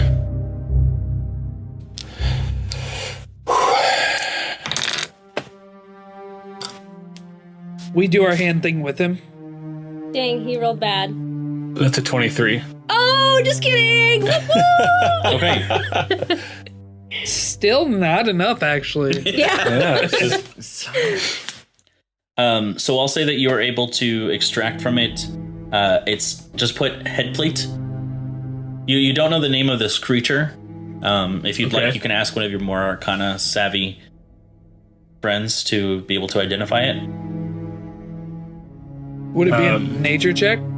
This would be Arcana. Oh, gotcha. So not me. Yeah, so you managed to extract from it its head plate and its claws. okay. So 1 head plate, 2 claws. So, Tyler knows the name of this creature. Mm-hmm. For the sake of my notes, can I write it down? Sure. Okay.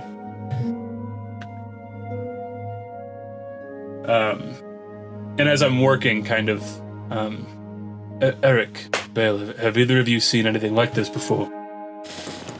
I mean, I've never seen one of these before, but Said 2 claws. 2 claws, yeah. that's what he said. Okay. Let me help you look, Eric. That's a very good idea. 19 on an Arcana check, if that's what you were asking for. So these are monstrosities that are known as bullets. They are also referred to as land sharks.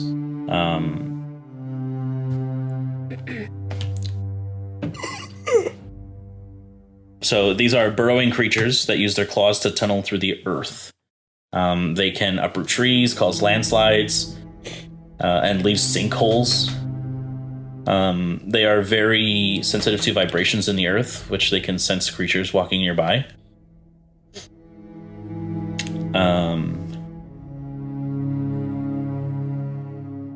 And they're just like roaming hunters that dig through what am I trying to say? Like dirt, loose soil. But you know that these are very these are like the honey badgers of the monster world. They don't care. Yeah. They just don't give an F. So, Brennan, are these what they were like digging through? Yeah, Or- those are like holes in the earth. Gotcha. Oh, God, dude, I thought they were large trees, so I hid behind one. Quansing runs around the other side of a hole and just... Yeah, that's what I was doing. I was like, all right, I gotta get behind this tree so I can heal. Okay, so I guess... Should we keep Dane's- going? Yeah, Dane's finished. So the last thing I'll do is I'll open up the workshop and kind of store the pieces that I harvested. Okay. Yeah, so you toss the cube onto the ground, kind of make a space, or find a space rather that accommodates the workshop. And as you speak its command word, it expands. And this is the first time that you guys have seen this, I believe. Yeah. Whoa. I think we knew that it existed, but haven't seen it in action. So This Dane, is so cool. describe it for them, because this is something that can, through flavor, be anything that you want. Sure. Well, let me pull up the specifics on the thing, so I'm not describing something too much. It's a giant 12-story mansion. Right. Hey, Tyler, can your command word just be work, work, work, work, work, work? Yes. Yes, it can. So it's this 20 foot by 20 foot. It's like a room, but it's kind of that like 3-sided open air. I'm picturing it's not a blacksmith shop, obviously, because I'm not a blacksmith, but I'm picturing like an old timey blacksmith shop. Yeah. How it's like the front is like pillars, and then it's almost like draped in like cloth around it, like leather hanging. Sure. And then like I said, it opens up on one side, and there's a long workbench kind of down the middle of it, and then shelves around the room, tools hanging on the walls, different pieces of planks of lumber that are leaning against the wall, kind of resting in front, like leaning against the workbench is that log of black wood that I've been carrying around for so long.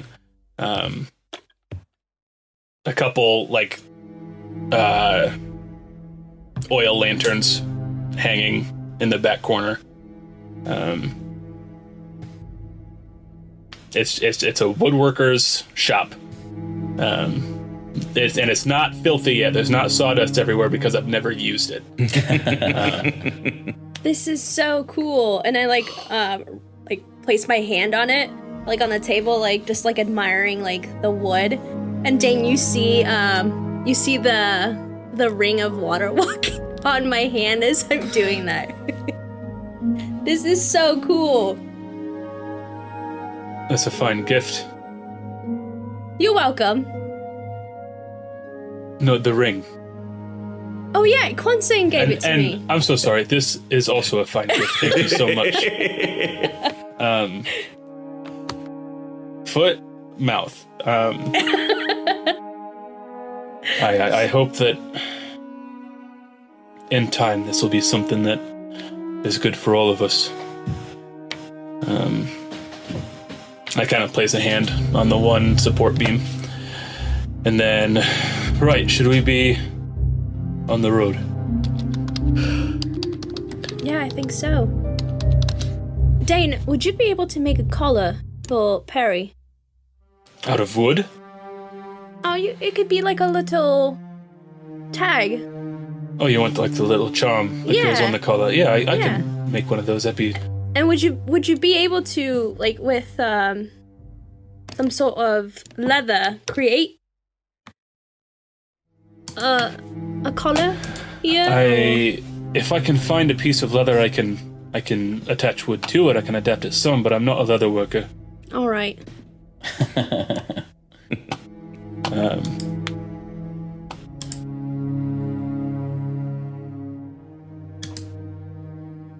Why are you embarrassed?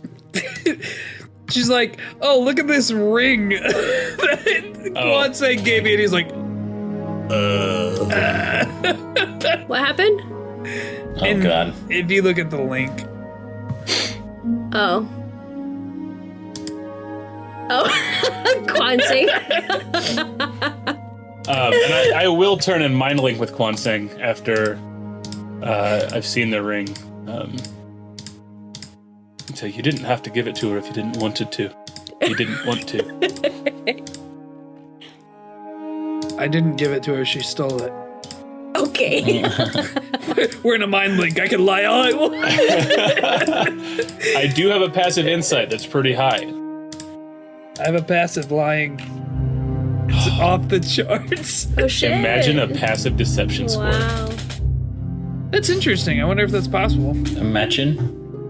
You're just a really good liar.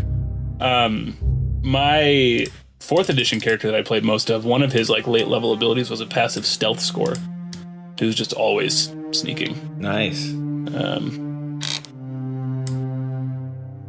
Anyway. So on to Ono. Right. Onward. Also, did all those holes just collapse? Yeah. The gym. They filled in. I just got rid of them. Yeah. Okay. I wave to the gym as we carry on. Yeah. Bye, Rondon. I'm doing squats. Yeah, he's doing like lunges. Yeah. So, what is our mission in Ono? I think that was Quonseng that spoke to Anturian. We have to go see William Harlow. He distributes weapons all across Primaris. I thought that was up in Tenebrium. Am I wrong? We're talking about two different things. What was the question again? I think Anturian was telling us about a baron that had gone missing near. Yes, that guy. Yeah. And yep. And when I say us, I mean Quonseng, not really the rest of us. I don't know if we were there or not, honestly. You were. No, I think that. Yeah. Guys, can you see this? Aww. That was our one of our first sessions, and it's a little house that I drew, and it's got like vegetation and stuff, but it says next to it, "Honey, I'm home." ... But you're not. 0307-2020, Narina's house, and meeting Wentha. Oh, shit. Rip in peace. Oh. I wasn't prepared for that. Yeah, it was very lemony snicket of me. Oh, yes, it was. Wow. Wow. I'm sorry, guys. That's all right. I was trying to look back through notes that I don't have, and that's what I found. No, I think that Quonseng and Anturian were talking while Dane was initiating Balefire.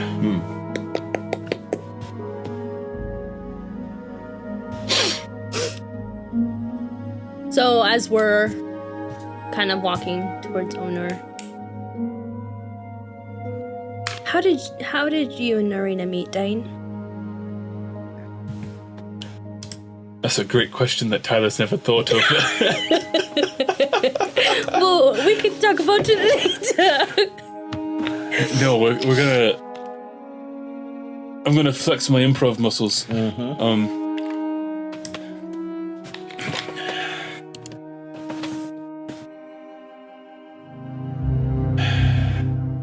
Narina.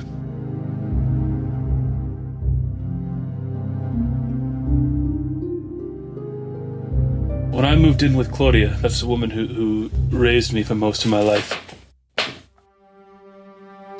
Narina was just kind of always there. I mean, we were children together.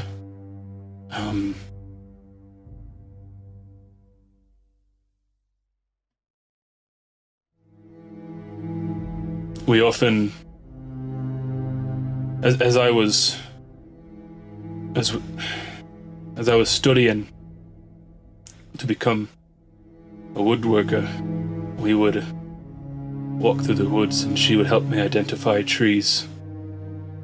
She taught me what some trees were good for, what the quality of the lumber was.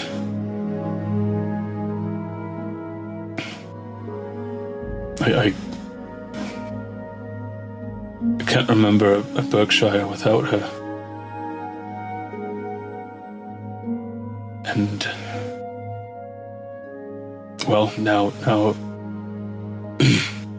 now it is. And Dane kind of turns away a moment.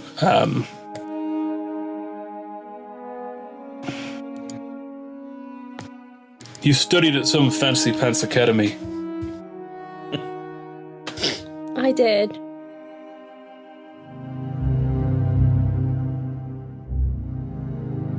No further explanation, all right. I wanted to help people. I feel like this magic can help people. And my goddess, Vaniel, her creations. If there is any way that I can help keep her creations, then I want to be able to do that. That's why restoring the sun is so important. Does she speak to you? Is she active? I've never heard her speak to me, but I speak to her all the time. You would think children would know these stories, but I didn't think that the three deities were still alive. They live within us, Dane. We just can't sense it. In my case, one literally does live within me. Kind of is dead within me. We are the children of the gods. Well, you are. That I am. I'm the children of some dream people. Perhaps. What about you, Quan Sing? Are your parents gods? As we're walking along, of course. I don't know. I've never met them.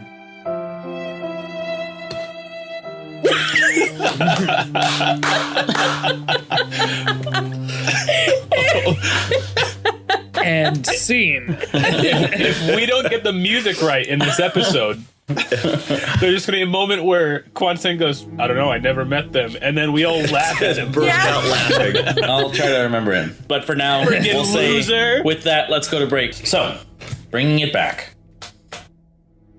As you all continue heading towards the direction of the city of Onor.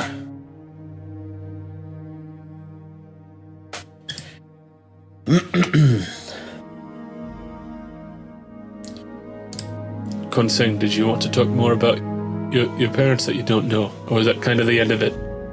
Well, you know, depends on Finn. what you want to know. I am.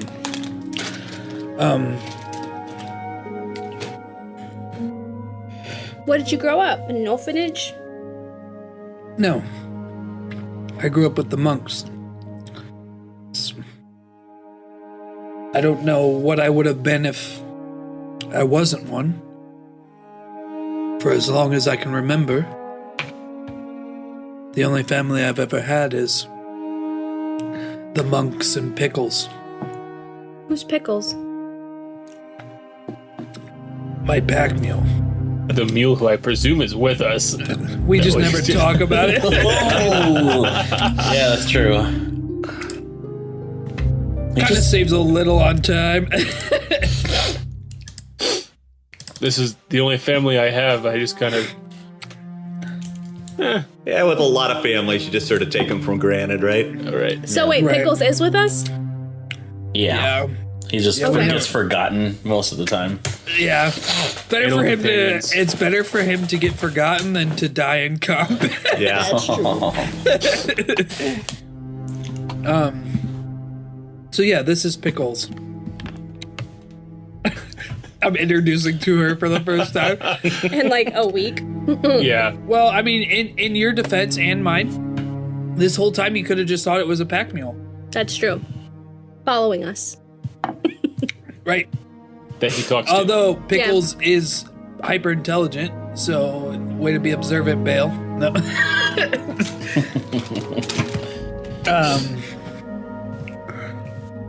Yeah, Pickles was given to me at a young age. Everybody in the village gets an animal companion. But it starts from birth. So when I showed up at the door, they were one short. Outside of this baby pack mule. I know nothing about my birth parents. Just that I was left with a card that said my name.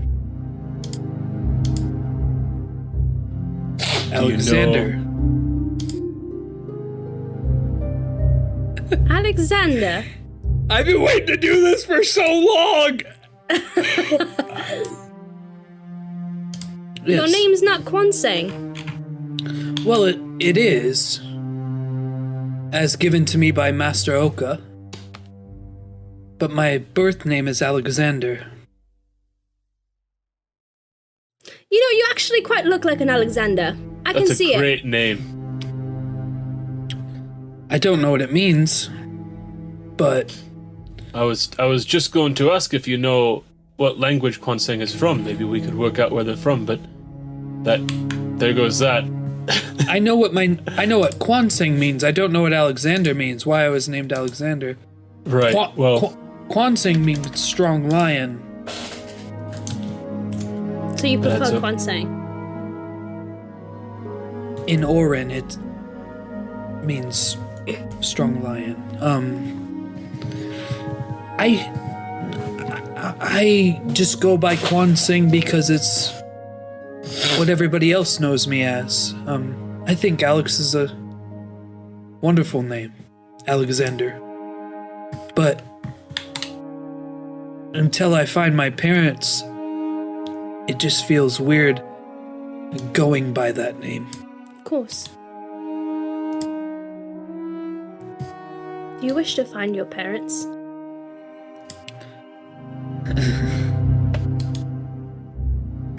Before I met this group, that's all I was trying to do. I don't want to find them to shame them. I don't want to find them to have some big happy family again. I just want to find them so that they know I'm okay and I know they're okay. Whatever their reason was for leaving me, I hold no ill will against them.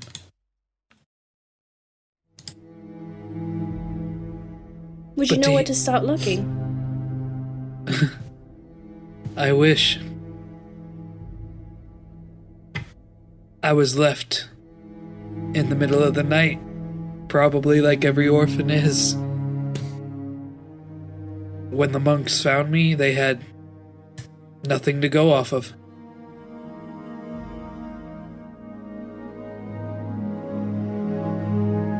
They took me in.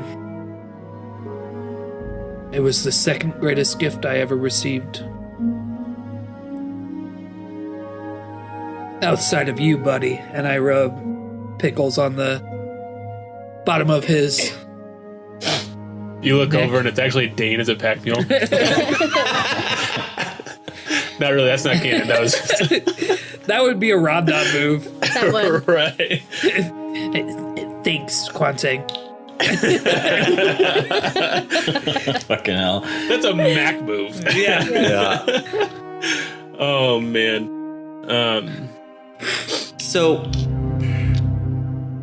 I believe everything you're saying about the about your parents and everything, and I'm sorry about all that. I just you're pulling our leg on the name thing, right? You're not Alexander. Alexander? It just you know how when you know somebody and they have a like really long hair and then they cut their hair short, they just seem like a different person all of a sudden? Alexander, really?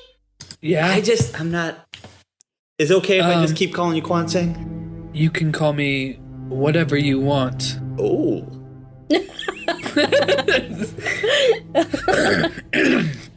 I really wanted you to say, just don't call me late for dinner. That would be Mac. Yes. That's another Mac move. Maybe we just miss Mac. Yeah. Yeah. Well, we probably wouldn't have died as quickly. I know. I know. He is critical to our party. Yeah, Mac, when you listen to this, thanks a lot. Yeah, you jerk. Oh, I gotta go spend time with my son. Idiot. Family. Oh man. You don't have to call me Alexander, but if you ever desire to, it wouldn't bother me. Maybe I'll get used to it. I'm gonna stick with Kwanseng for now. As you wish, Eric. After Honor, should we go look for your parents? I think that would be a great idea. I wonder, what kind of people, the monks, then. I was just imagining more of you, but maybe you in like a wig. Are there women there? Women monks? There are. Not many, but there are. In fact, I can't wait to show you Fei monks do. Who? Fei monks do. You can't just say it again, you have to explain it. Oh, it's Is that a friend? Is that a girlfriend? Does Alex have a girlfriend? Neither Alex nor Quan Sing have a girlfriend. Oh, is this like a two-personality sort of thing? Are you a different person on a different day? Is that... So is Quan Sing like a makes bad more boy? sense. Quan Sing is good boy, Alex is bad boy. All right. I'm So not ever Alex gonna call has a you bad girlfriend. boy. Alex also has never talked to women. What do you call me then? Oh God, and he falls backwards.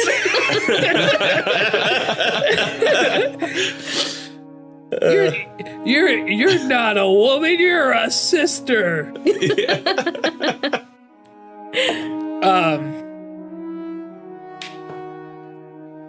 Where was I going? Oh, the Fei monks do.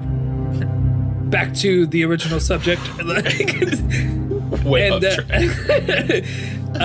because he's embarrassed. And Fei monks do, when you see it, it is very, very beautiful. Crystal blue waters. You can see all the way to the bottom. I would guess maybe 40, 50 feet deep. It's the left. Well, it's the leftover remnants of a water tribe. What? A what? One of the most powerful air lacers to ever grace our village was named Fei Mong. And she was so mighty, she took on a whole legion of water lacers. And where they died is now known as Fei Mong's Dew. Well, that's interesting. Oh, there's so much more. I can't wait to show you it. I can't wait to see. Let's hope we don't die first. Yes. If I die, you should go see it anyways. The Mount of the Serpent Flower is absolutely beautiful.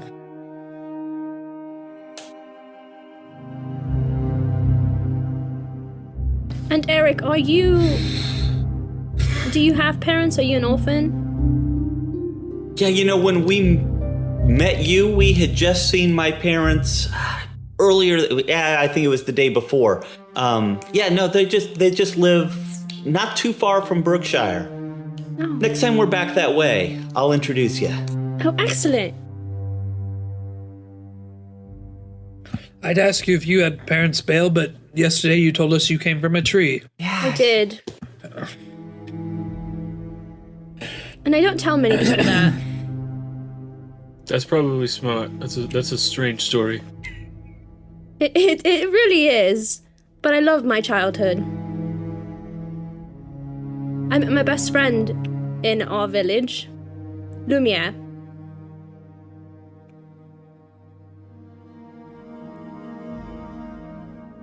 Wait, what? Why did Brandon look that way? Lumiere? I think I stayed at his house once. Oh, you He were just his kept- guest? Yeah. Was that your boyfriend, Bale? Oh, no. No. I've never been in a relationship. Neither has Dane. At least not one that didn't turn them into a tree. I'm just kidding, that's not canon.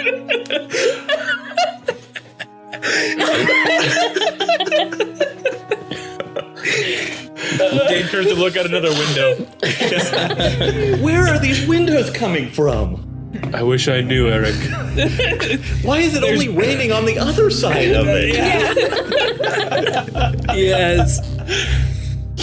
All right, so I apologize for my leave. No, you're good. It's okay. We had fun.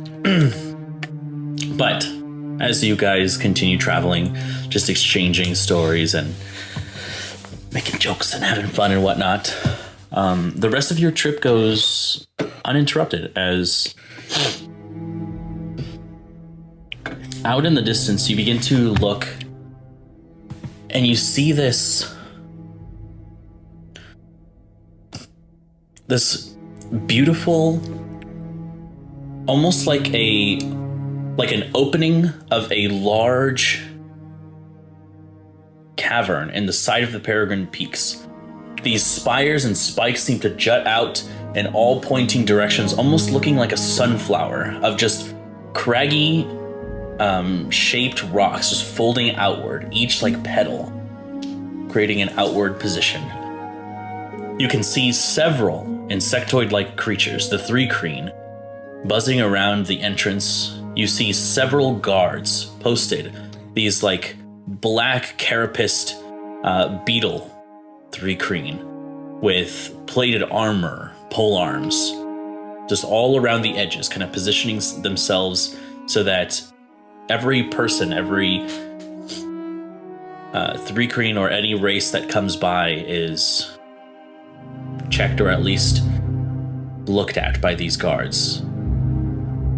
You can see that there is a not very much used kind of trail at the bottom, like on the forest line, that leads up to the mouth of Onor.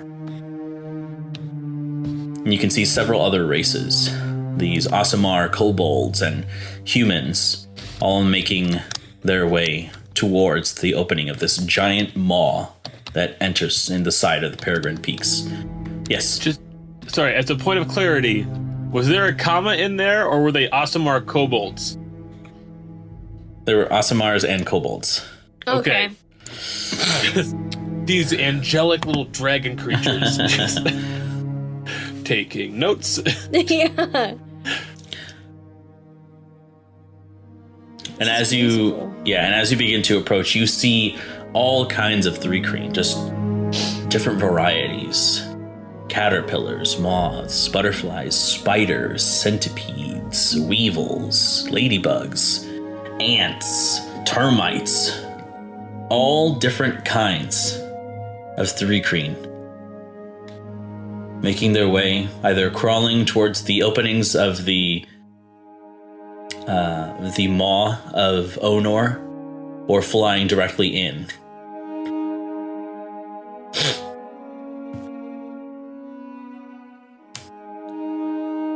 Approaching this kind of like checkpoint. It doesn't seem as though the guards are checking people one by one, but so much as there's like a line of people that continue to go forward. Some people, you're not sure how they're chosen, but randomly get taken aside and their belongings are checked. And as you begin to approach, it doesn't seem as they pay you much mind as you now enter.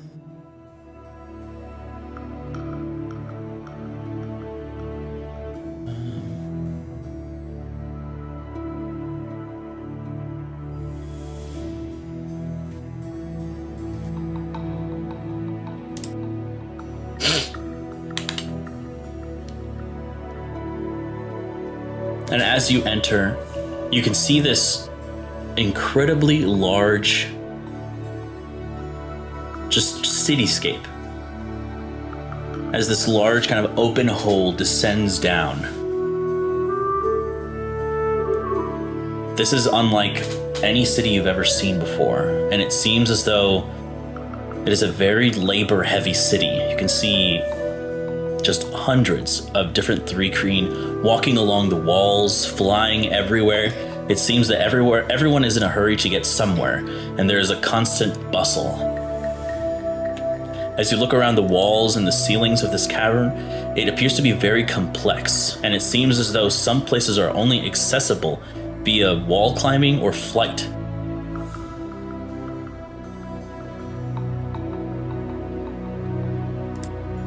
Eric, I feel like you're going to have a much easier time getting around than we are.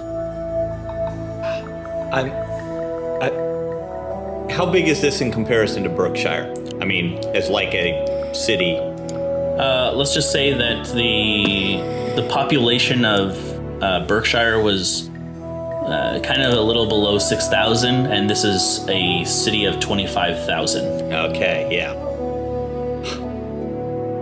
This place is enormous. This is awesome. I had no idea places like this existed. We are gonna have some fun here, friends. Don't forget, we're here for, Right, but we're still gonna have fun. Sure. of course. Some work, some play. One for them, one for us. Yeah, of course. Right. Chasing Emmerich, abducted you are on my level. barons and, potentially dying and hanging out with more of these bug creatures. Let's enjoy all.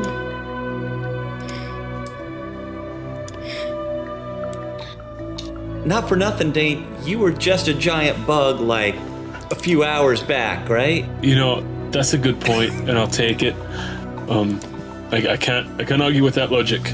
That's spot on.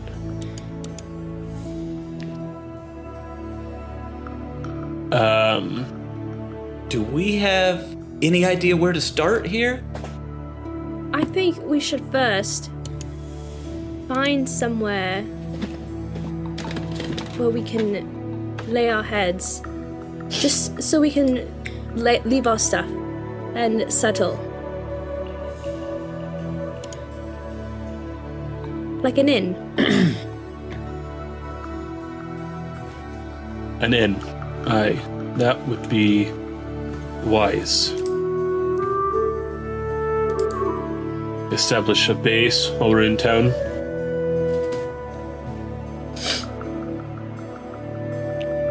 What's the lighting situation since we're underground here?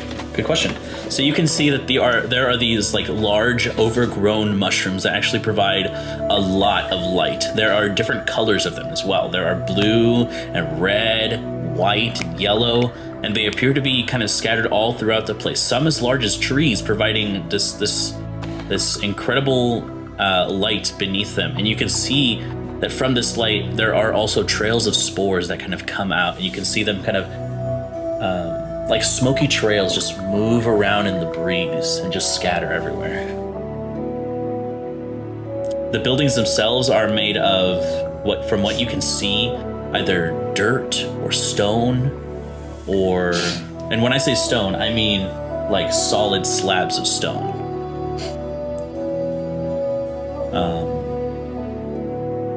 There are also like these buildings, quote unquote, that look like kind of like hives hanging from the tops of the cavern that appear to only be accessible through flight, but they appear to be there appear to be lights shining from within and people going to and fro, meaning that this is an open establishment, and who knows what might be in there, but it appears as though this city is designed to accommodate those who have such abilities, flight or the ability to walk on walls and whatnot. Are there like creatures like walking past us? Oh yeah, it is. Okay. I mean, just imagine like I don't know, like New York. Like it is like there are a lot of people going to and fro. Oh, excuse me, do you know where we can find an inn? Make a persuasion check for me as people are passing by. Persuasion, okay. That's 17. Okay, so you pull this person aside. They appear to be what looks like a weevil. Do you know what a weevil is? No. So it's like an insect with like a large like body, but like its head like kind of tapers out to a point, and it had like these two large eyes on the side of their head. They look kind of funny looking, but you can see this one has like a green carapace. And he turns towards you and he says,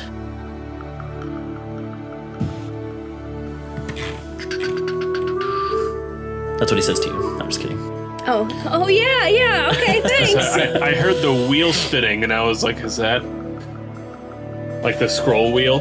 Like that says clicky. Yeah. Here we go. He says, first he attempts to speak to you in another language, and you guys just hear like, Oh, I'm so sorry. Do you understand? Do you speak common? Yes, very little. You want to go to Crumble Crag Inn? It is that way. Oh, thank you so much. Have a pleasant day. and they like skitter away with all of their legs. And because they were trying to speak to me in a different language, I'm going to cast Comprehend Languages on myself. Okay. That way I can like understand. It's gonna take me about 10 minutes, but I take out a pinch of soot and some salt and start seasoning yourself. Yeah.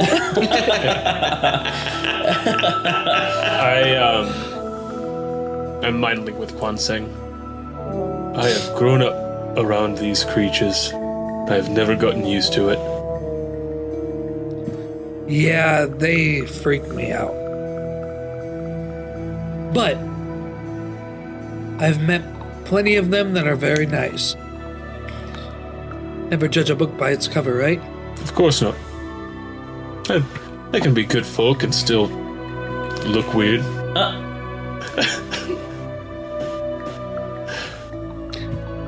You're right.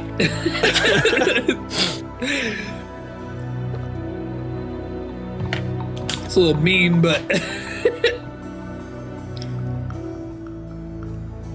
That's why I'm mind linking it with you and not saying it out loud. oh, I said that out loud. No, I'm just kidding. All right. So we head there. And how do you spell what the creature said, Brennan? That's an odd way to ask. I wasn't paying attention. What did you say?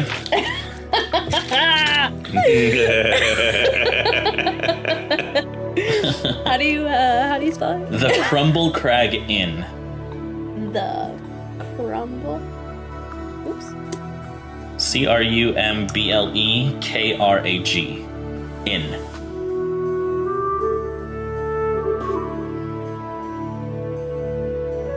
B-I-N-G? What? Did you say B-I-N-G or B-I-N? What the fuck? In? K-R-A-G, and then INN. Oh, Crag. It's like, what? Gotcha. Okay. Did you say Bing? Did you say Chandler Bing? Okay. All right.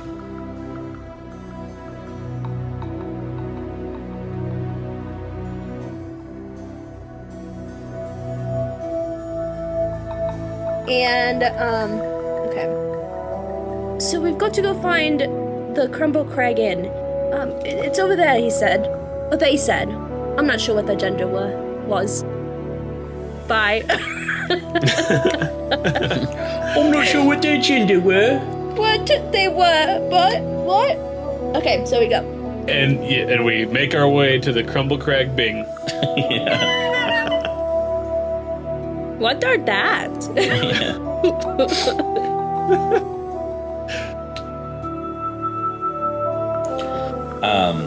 Right.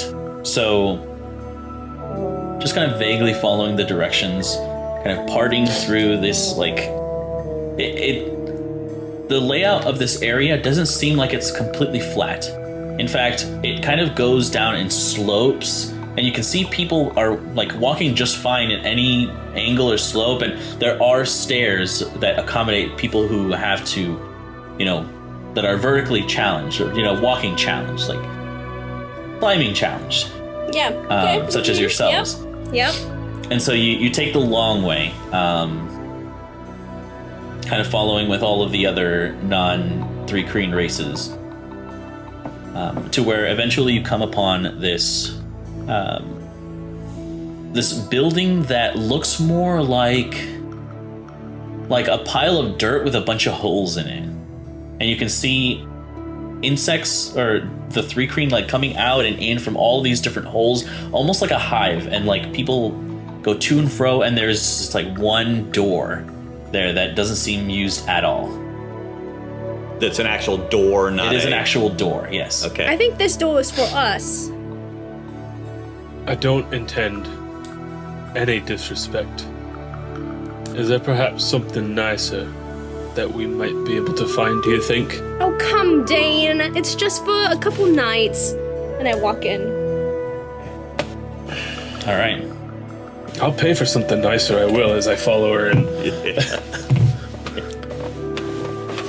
So you step inside, and instantly Can you turn the there... music up? Sure.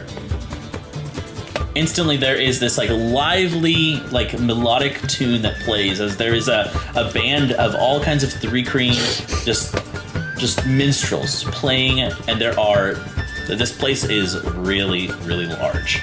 And you can see tables and all kinds of different levels and rooms, just like all up in this like conical shape, like that travels upward maybe like 60 or 70 feet.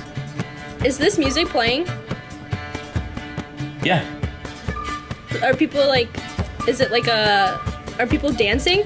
No one dancing, but there are people like seated, drinking and just taking part in well, actually, you can see that there is what seems like a competitive dart throwing tournament. I don't know why that was so hard to say. Oh! I look at Pickles and I go, let's do this. And I put my hands up like this and I walk across. Okay. Real quick point of clarification. How long did it take us after the moon rose to walk from the grove to Onor?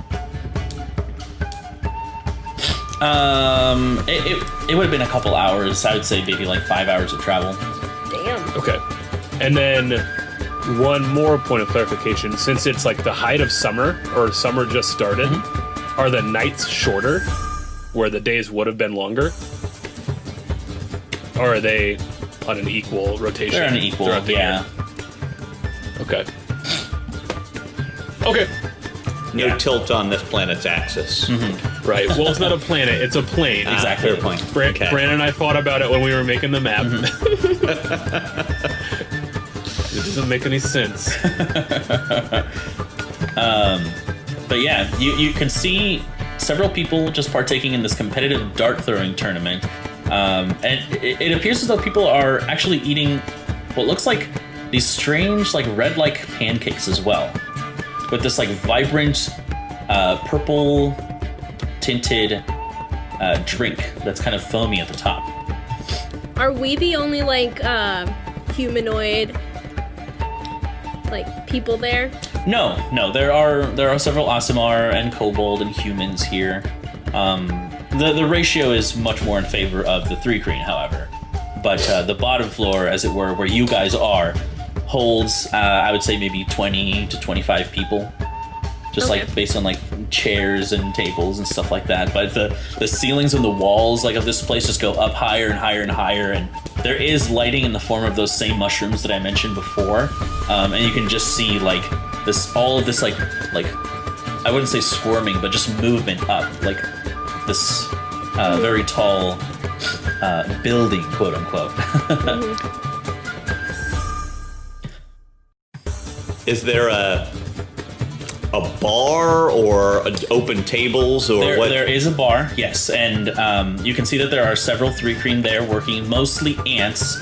There are lots of ants that are working as what you would assume to be like servers, but there is one, what looks like a large, like white fuzzy moth that seems to kind of be in charge of the whole operation.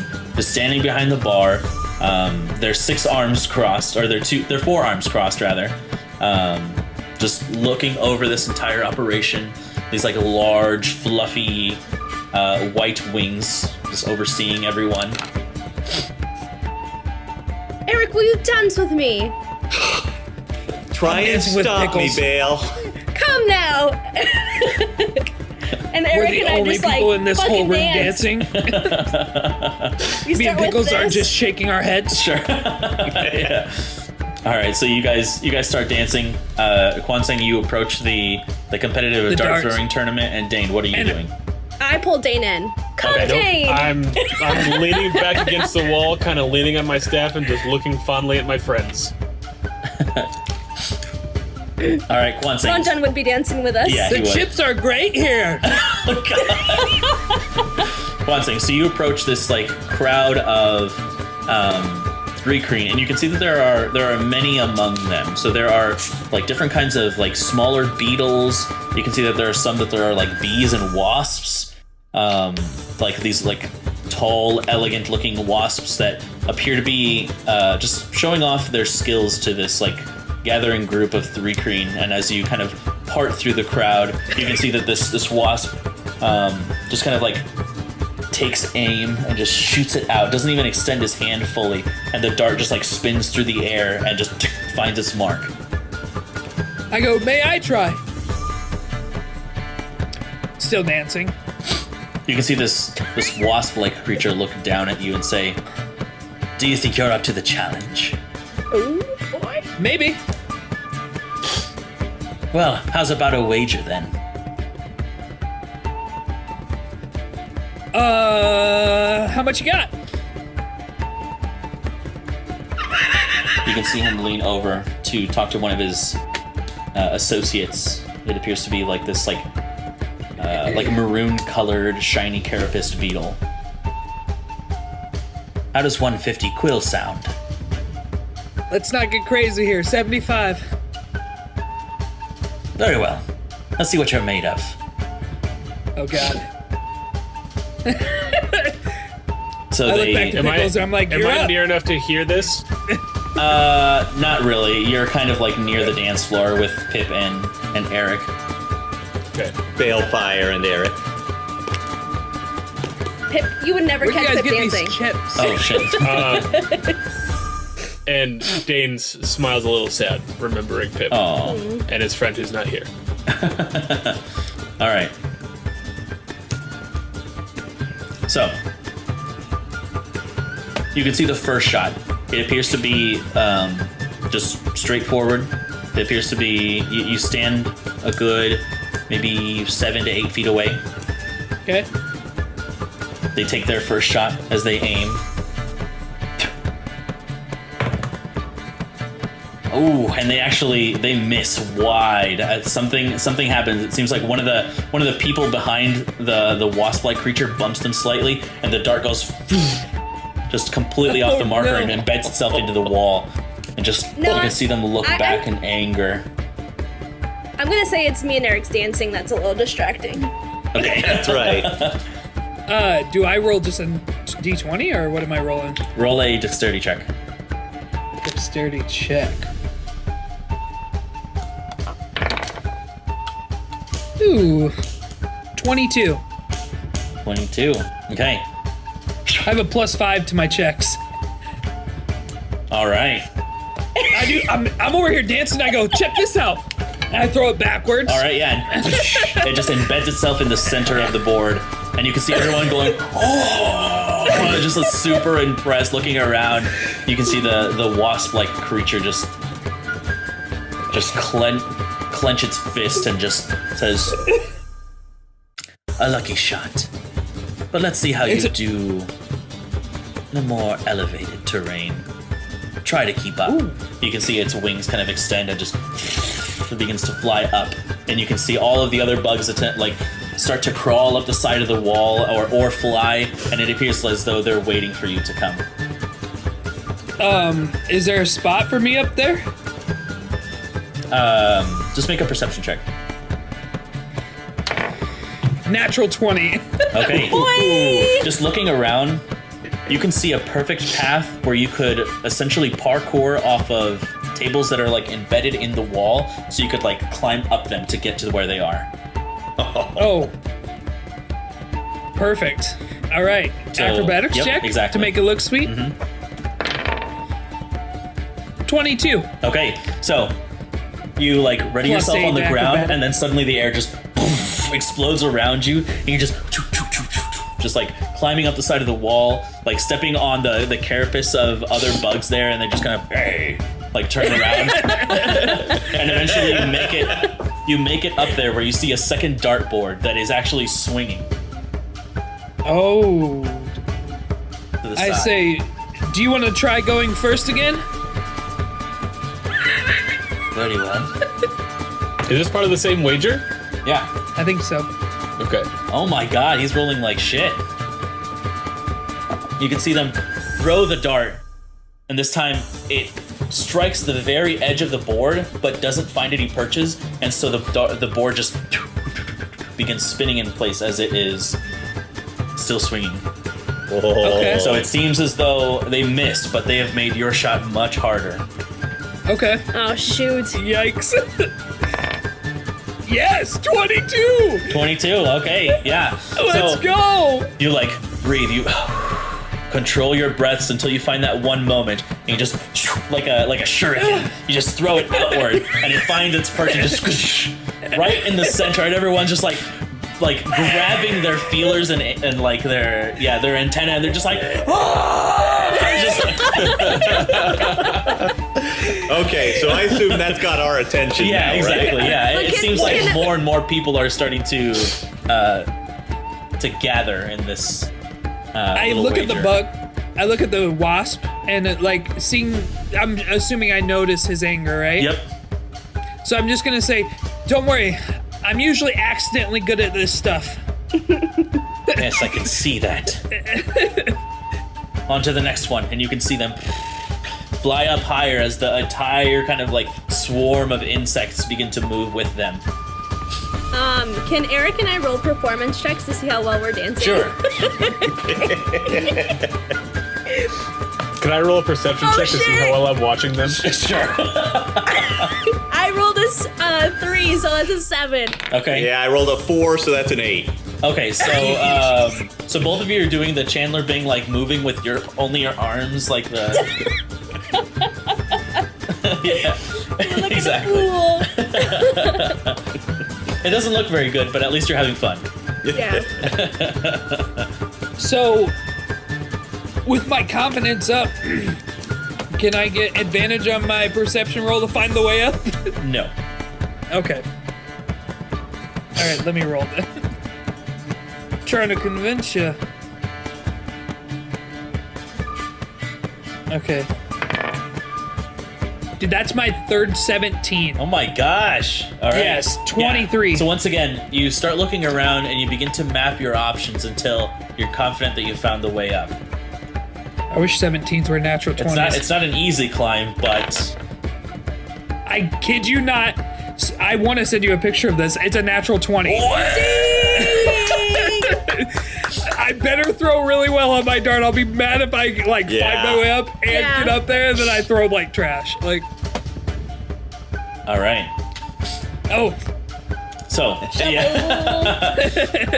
All right, so once again, you ready yourself, and the air swells around you my God. as you just run up the side of the wall, like jumping off of tables and other bugs, like swinging from all these, like different pieces of furniture that are kind of like glued to the walls, and you make your way up to the crowd, and like other bugs like seem to like go and grab for your arms to like try to get you up there as fast as possible to see like what marvel is going to appear now. oh my God! Please give me. Is this the last one? You're not sure, but as you get Uh-oh. up there, you can see this like spread out like spider web, and you can see that the dartboards, there's only like the singular like bullseye, but there are several of them stuck in this web, and you can see as bugs are like picking at the sides of the web, so like it like moves. Oh my goodness! I hate it. And so this wasp Okay. says, "You may have done well up to this point, but this shot is impossible."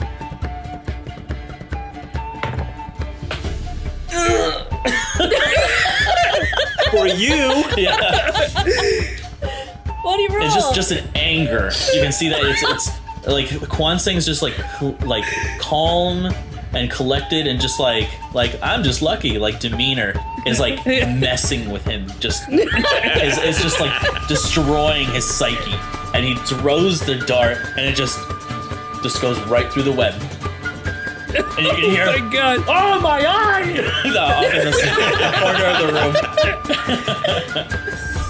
room. With my 17 perception check that I rolled a little while ago, do I see a lot of this happening? Yes, you do. Okay. Come on, baby. A 19. I'm not sure. So that's a Yes. 24. Dude, Wow. Go off. Yes. Getting the big rolls when it really matters. So, Right. for the sake of this, Quan Sing, I'll ask, how do you want to do this? Yeah. Okay, so just kind of like seeing his go through, and I go, you're right, it is very hard. But I don't think I'll miss this one. And I pull the dart, and I put one hand across my eye, like this, eyes, and I throw it. And just, as it guides it, smacks whichever one is most center. All right, and as the dart travels, you can see this swirling kind of like ribbon of air just trailing around it, creating like this spiral, and it impacts one of these like center bull's eyes and actually picks it clean from the web as it spins through the air with the dart still attached, and you can see everyone just losing their minds as you guys who are on the dance floor, the entirety of this inn just exclaims in one giant scream at once. So do I. I think they're cheering us on. I'll beat the butt of my staff against the ground. All right, and Yeah. everyone is just extremely excited, and the wasp suddenly goes up to you, Quan Sang,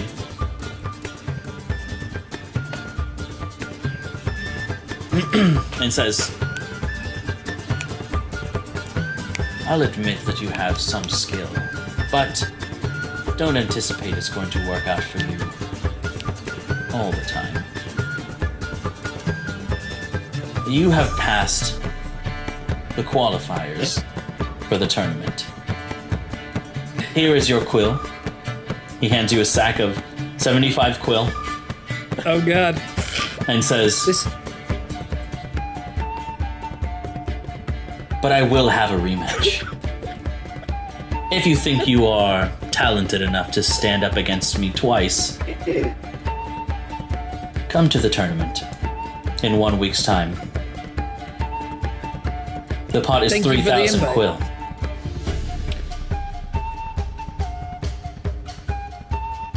What's the entry? Thank you. What was That's that, how much it Tyler? costs to get in? What? What's How the much- entry cost? Oh, is there an entry cost? Yes, it's 100. Okay.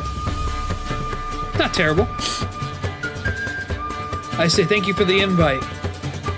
If you don't mind me asking, what's your name? I am Ursil. Ursa. Well, I hope next time you put me right up against the fence. Count on it. And you can see him like turn away and just disappear as he flies up the center of this edifice and disappears from sight. Just running away with his tail between his legs, just thoroughly embarrassed in front of the crowd here. Do I need to do acrobatics to get down? No, you're a monk. You can just fall. Okay, I'll just fall.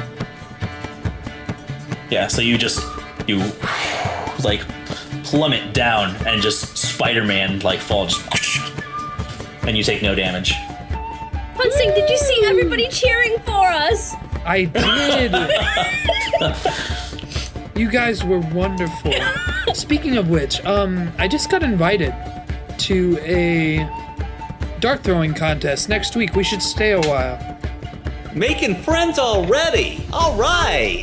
This is going to be such a fun time. Yep. He was very excited to play with me. If I'm not mistaken, I think Quan Sing just paid for our rooms. I did.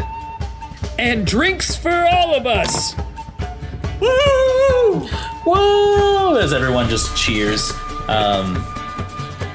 What you are brought is what is essentially presented to you as what's called cragberry juice.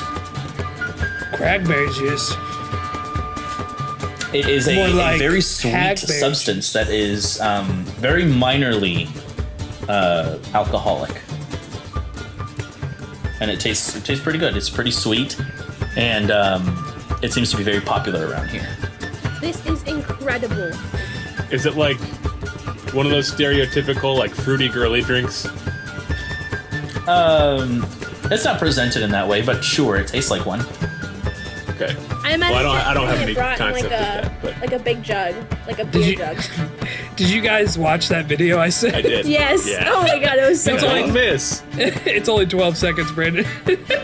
In the heat of battle, he don't miss. That's one of my favorite little snippets.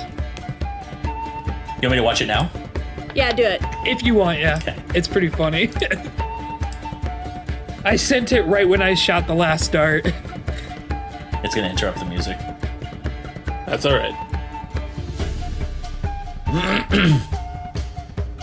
If it ever loads.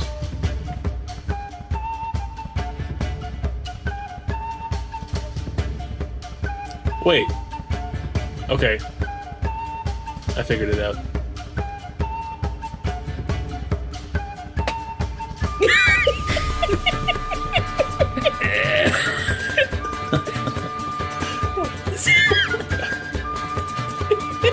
Okay.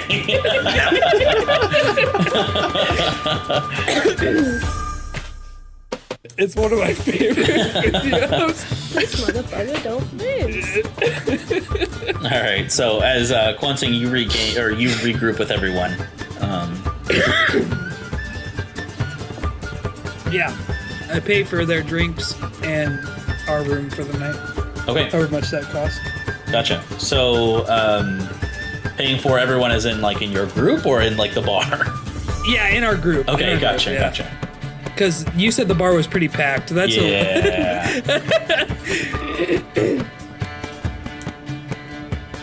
So it would be 12 quill for drinks for your party. Okay, and how much for the room? The room, it depends on how big of a room do you want? What's their suite for 5 look like? I assume Suite Rondon will be for back eventually. 5. Let me check my notes quick for my... Music got me hyped. I know, this is Just Bob. throwing it.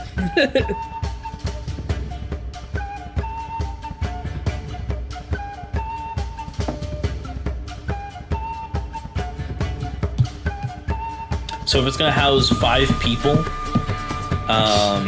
it would be 45 quill a night. Okay. Tonight we'll stay in a good suite, and we'll make some more decisions later on whether or not we stay there longer. Everybody good? Excellent. Yeah. So, first night's on me. Thanks, Kwansing. Now come dance with us, Kwansing. What was that? Now come dance with us. Okay, I'm already doing it. And I got Pickles by his front hooves. All right. And you can see that a lot more of the Thri-kreen appear to kind of come closer to Kwansing and just like are talking to you as you're dancing and just like they basically tell you that they have never seen anyone defeat Ursul before. That this is just like a freak accident because Ursul is a pro dart player. Oh man, Wow. I hope I can beat him again. His demeanor tells me he's very good. Tonight was probably just a one-off. Are more people joining us dancing, or are we just looking like idiots? No, people are joining you dancing. Mostly Okay. because of Kwansing. He has gathered quite a following in that, you know, with that display of dexterous prowess. Thank God it was dexterity. I was wondering what the rolls were gonna be. And just the fact that you were able to keep up and like follow them, even though you are not able to like climb walls or anything like that or fly, like people are very impressed. I dance with like everybody. Okay. Eventually, the night comes to just like a steady, relaxed pace. The minstrels have kind of calmed down and people have begun to leave. People are starting to get tired. And eventually you go to your rooms. And from the look on the outside, you would not expect this place to be fairly clean and like fancy. But there are, like the room itself, you can tell that while it isn't constructed from the foundation of wood, like wood has been placed like on the floors and like walls and ceilings to make it look like you are in a wooden like inn. Mm-hmm. Just the aesthetic. Yeah. For those who like that kind of thing. That's awesome. So I have been... Go ahead. Sorry. Go ahead. No, you're good. You're good. I have been thoroughly proven wrong, and I will not ever judge an inn by the outside again. I knew you'd come around, Dane. As we kind of walk up, for flavor, I'm gonna say I had a few of those drinks, and like I'm just I got my arm around Vale, and I'm like, that was such a good song, Vale. It was so fun. I'm so impressed by you. It's still hearing the guitar in my head from the last song. I go, closing time. You have some water, Kwanseng. Sounds good. This is like Dumbo. Yeah. What a trippy movie. Yeah. I need to lay down. Because Kwanseng doesn't drink, so doesn't take much. Yeah. He's a tea guy. And in this bedroom, since you paid for a five person stay, there are 2 queens and 1 what are they, like the single ones? Okay. Like a full size. Yeah. Sleep wherever you want. And I just fall on the closest bed. Okay. Go ahead. I imagine Rondon and I'll end up mucking together. I was going to say the same thing. No point in even starting the night in separate beds because you know how it's going to end up. He's been doing this for 10 years.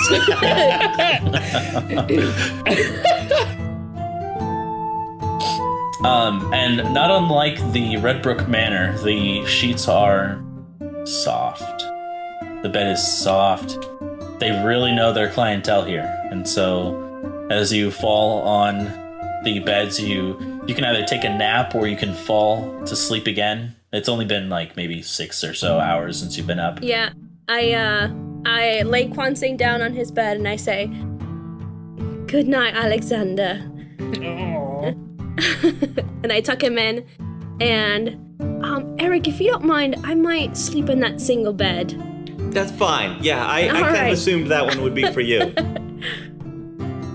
In my head, the way Kwanseng falls asleep and then wakes back up, it's like in the movies where like they fall into the bed, but then they come out of the other side of it, and they're just like rising. You know what I mean? Like it's like straight up. So, however you want to pass time that way, for me. All right. Is there anything anyone wishes to do before? Well, I just have a question. Yes. So the aspect of the moon that I just picked up, the wording is you no longer need to sleep and can't be forced to sleep by any means. Does that mean I am unable to sleep? No, it is a choice. Okay. So I've got a level of exhaustion, and I just had 5 of the cragberry juices, and I'm feeling it, so I'm going to actually sleep. Gotcha. There was also pancakes if you guys wish to partake in that as well. Absolutely. Dane ate some pancakes because Tyler really wants pancakes. Gotcha. So did I see were- those before I fell into the bed? Yes, so they were 2 for a single quill. Okay. I'll say, somebody save me some of those and my money purse is over here. And I fall into the bed. Gonna knock off 2 quill. Gotcha. And they're actually pancakes. pretty delicious. So they're referred to as piercer pancakes. And just asking a little bit about them, you can tell that they are pancakes that have had like the meat of a monstrous creature baked into them. And so it's almost like eating a pancake with a bacon inside of it. What? I like that. Making bacon cakes. Bacon, But the meat is a little more, a little tougher. Sure. But it's still Tyler's so hungry. it's still quite delicious, and the pancake comes out red.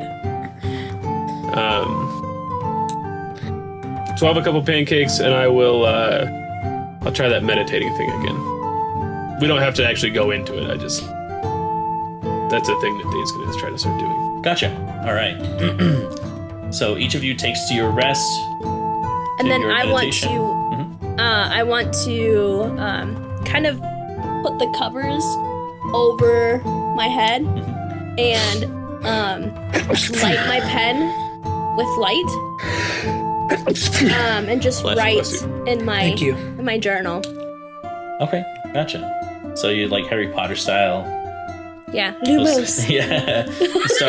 Start writing in your journal, and eventually everyone takes to either a long or short rest, whichever you'd like, just for the sake of settling Take a into nap. settling into a new city. Go ahead. For the sake of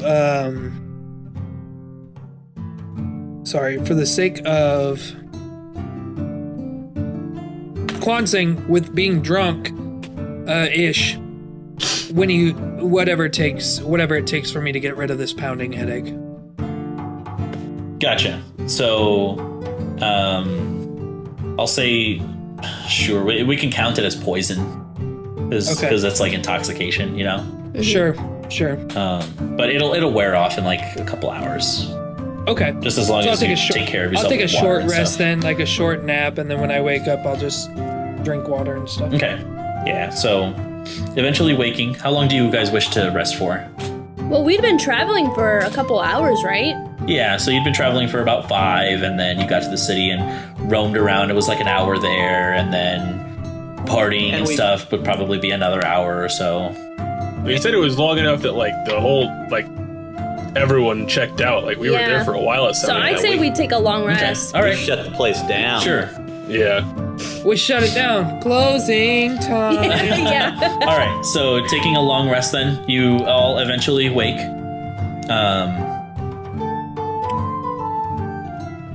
Dude, we partied into town. So while you are in your rooms, you all awaken, kind of, resting from... Is Rondon back yet? No, he's been at the gym for days. I'm starting to worry. Alright. So, what is the agenda? Since we have about 10 minutes left. Should we explore the city?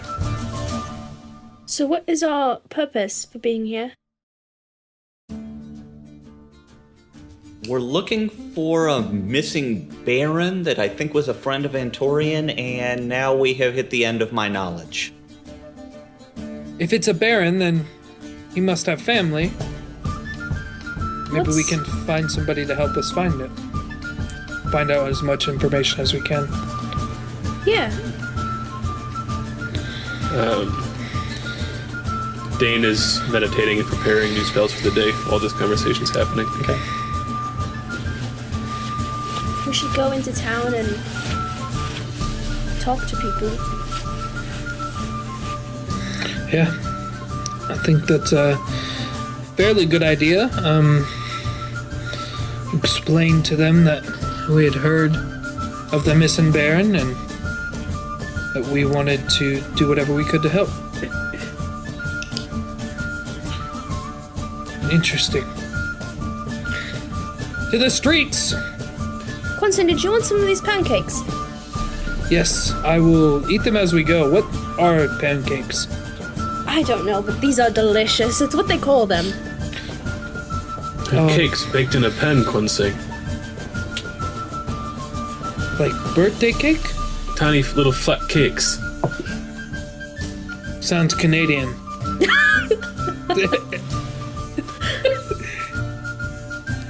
It is a northern tradition, I think.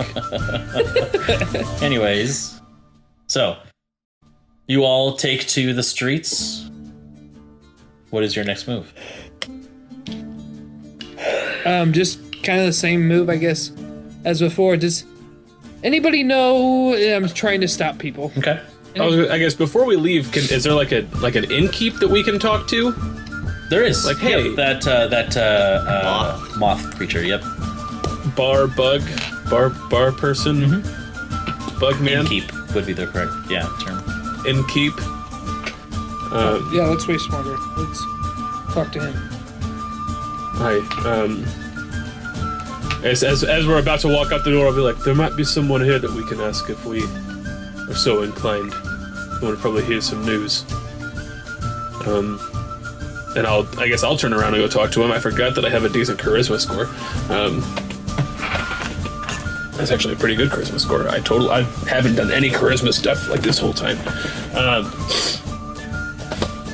And I'll kind of flag the Mothman down. Excuse me, over the music that it sounds like is playing. Yes. Now that you've entered the the common area. Yeah. So we're in town, hoping to help with a missing baron. Have you heard anything about it? Oh yeah, that's all pretty much anyone can talk about these days. Is there anything in particular that I can assist you with? Anything, anyone we should talk to for more information. If you have any more information, we're hoping to be of service. Well, if you'd like to take on this endeavor, you can go to the Underheart. It is the district of the city where all legal matters are addressed and where the Baron would normally reside and the city officials reside. That's wonderful. Can you give me some quick directions to the Underheart? Yeah, and they tell you just some directions. I take it you guys aren't from here.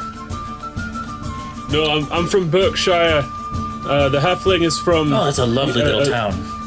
Oh, it's quite nice, especially now that it's under new management. I Eric did the hear halfling, that, yeah. Yeah, we helped. He's from Greenwood. The angel woman's from a tree, and the monk he came from another continent. The monkey? Judea, I think.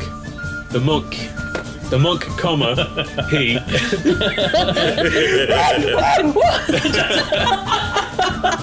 When he looks over at me, he sees me with... When he looks over at me, he sees my hands on my temple. I'm trying to get into the music, but I'm also like massaging because I still have a headache.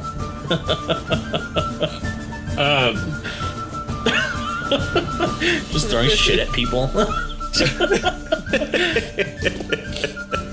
Yuck. Yeah, big yuck. So, all right, the Underheart. Thank you very much, sir. Sir? It's Thri-kreen. Thri-kreen, thank you so much. And I will put 5 quill on the bar for Thri-kreen. And then I will turn around and I'll just say, all right, we're going to the Underheart, and I'll place a hand on Kwanseng's shoulder and cast Lesser Restoration. All right. Nice. Immediately, this sense of like a hangover just fizzles away. Thanks, Dane. Where is the Underheart? I've got directions this way.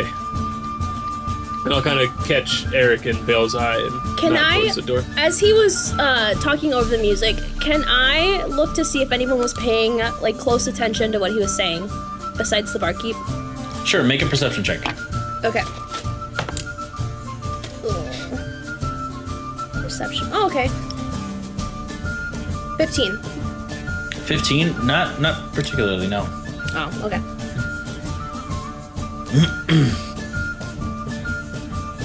And then I'll start following the directions to the Underheart. All right. So as you guys leave the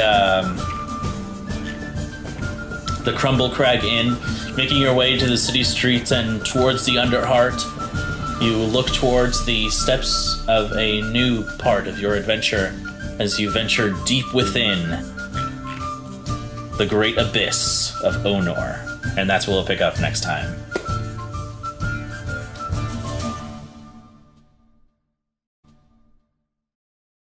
Thank you so much for listening to this episode of The Dark Veil.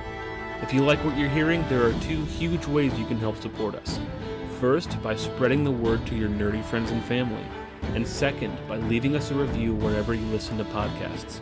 If you'd like to keep up with us on social media, you can find us on Facebook at Realm Narrative Gaming, on Instagram, TikTok, and Twitter at RNG Presents, or go straight to our website at rngpresents.com. The Dark Veil is a production of RNG Presents and features Mac Anderson as Rondon, Tyler Brinker as Dane, Drew Dolan as Quan Sang, Carla Elfritz as Balefire, Mike Lewis as Eric, and the Dungeon Master is Brandon Rubio. Our theme music provided by Aiden Chan. This episode edited by Carla Elfritz. Thanks for listening, and we'll see you next time on The Dark Veil.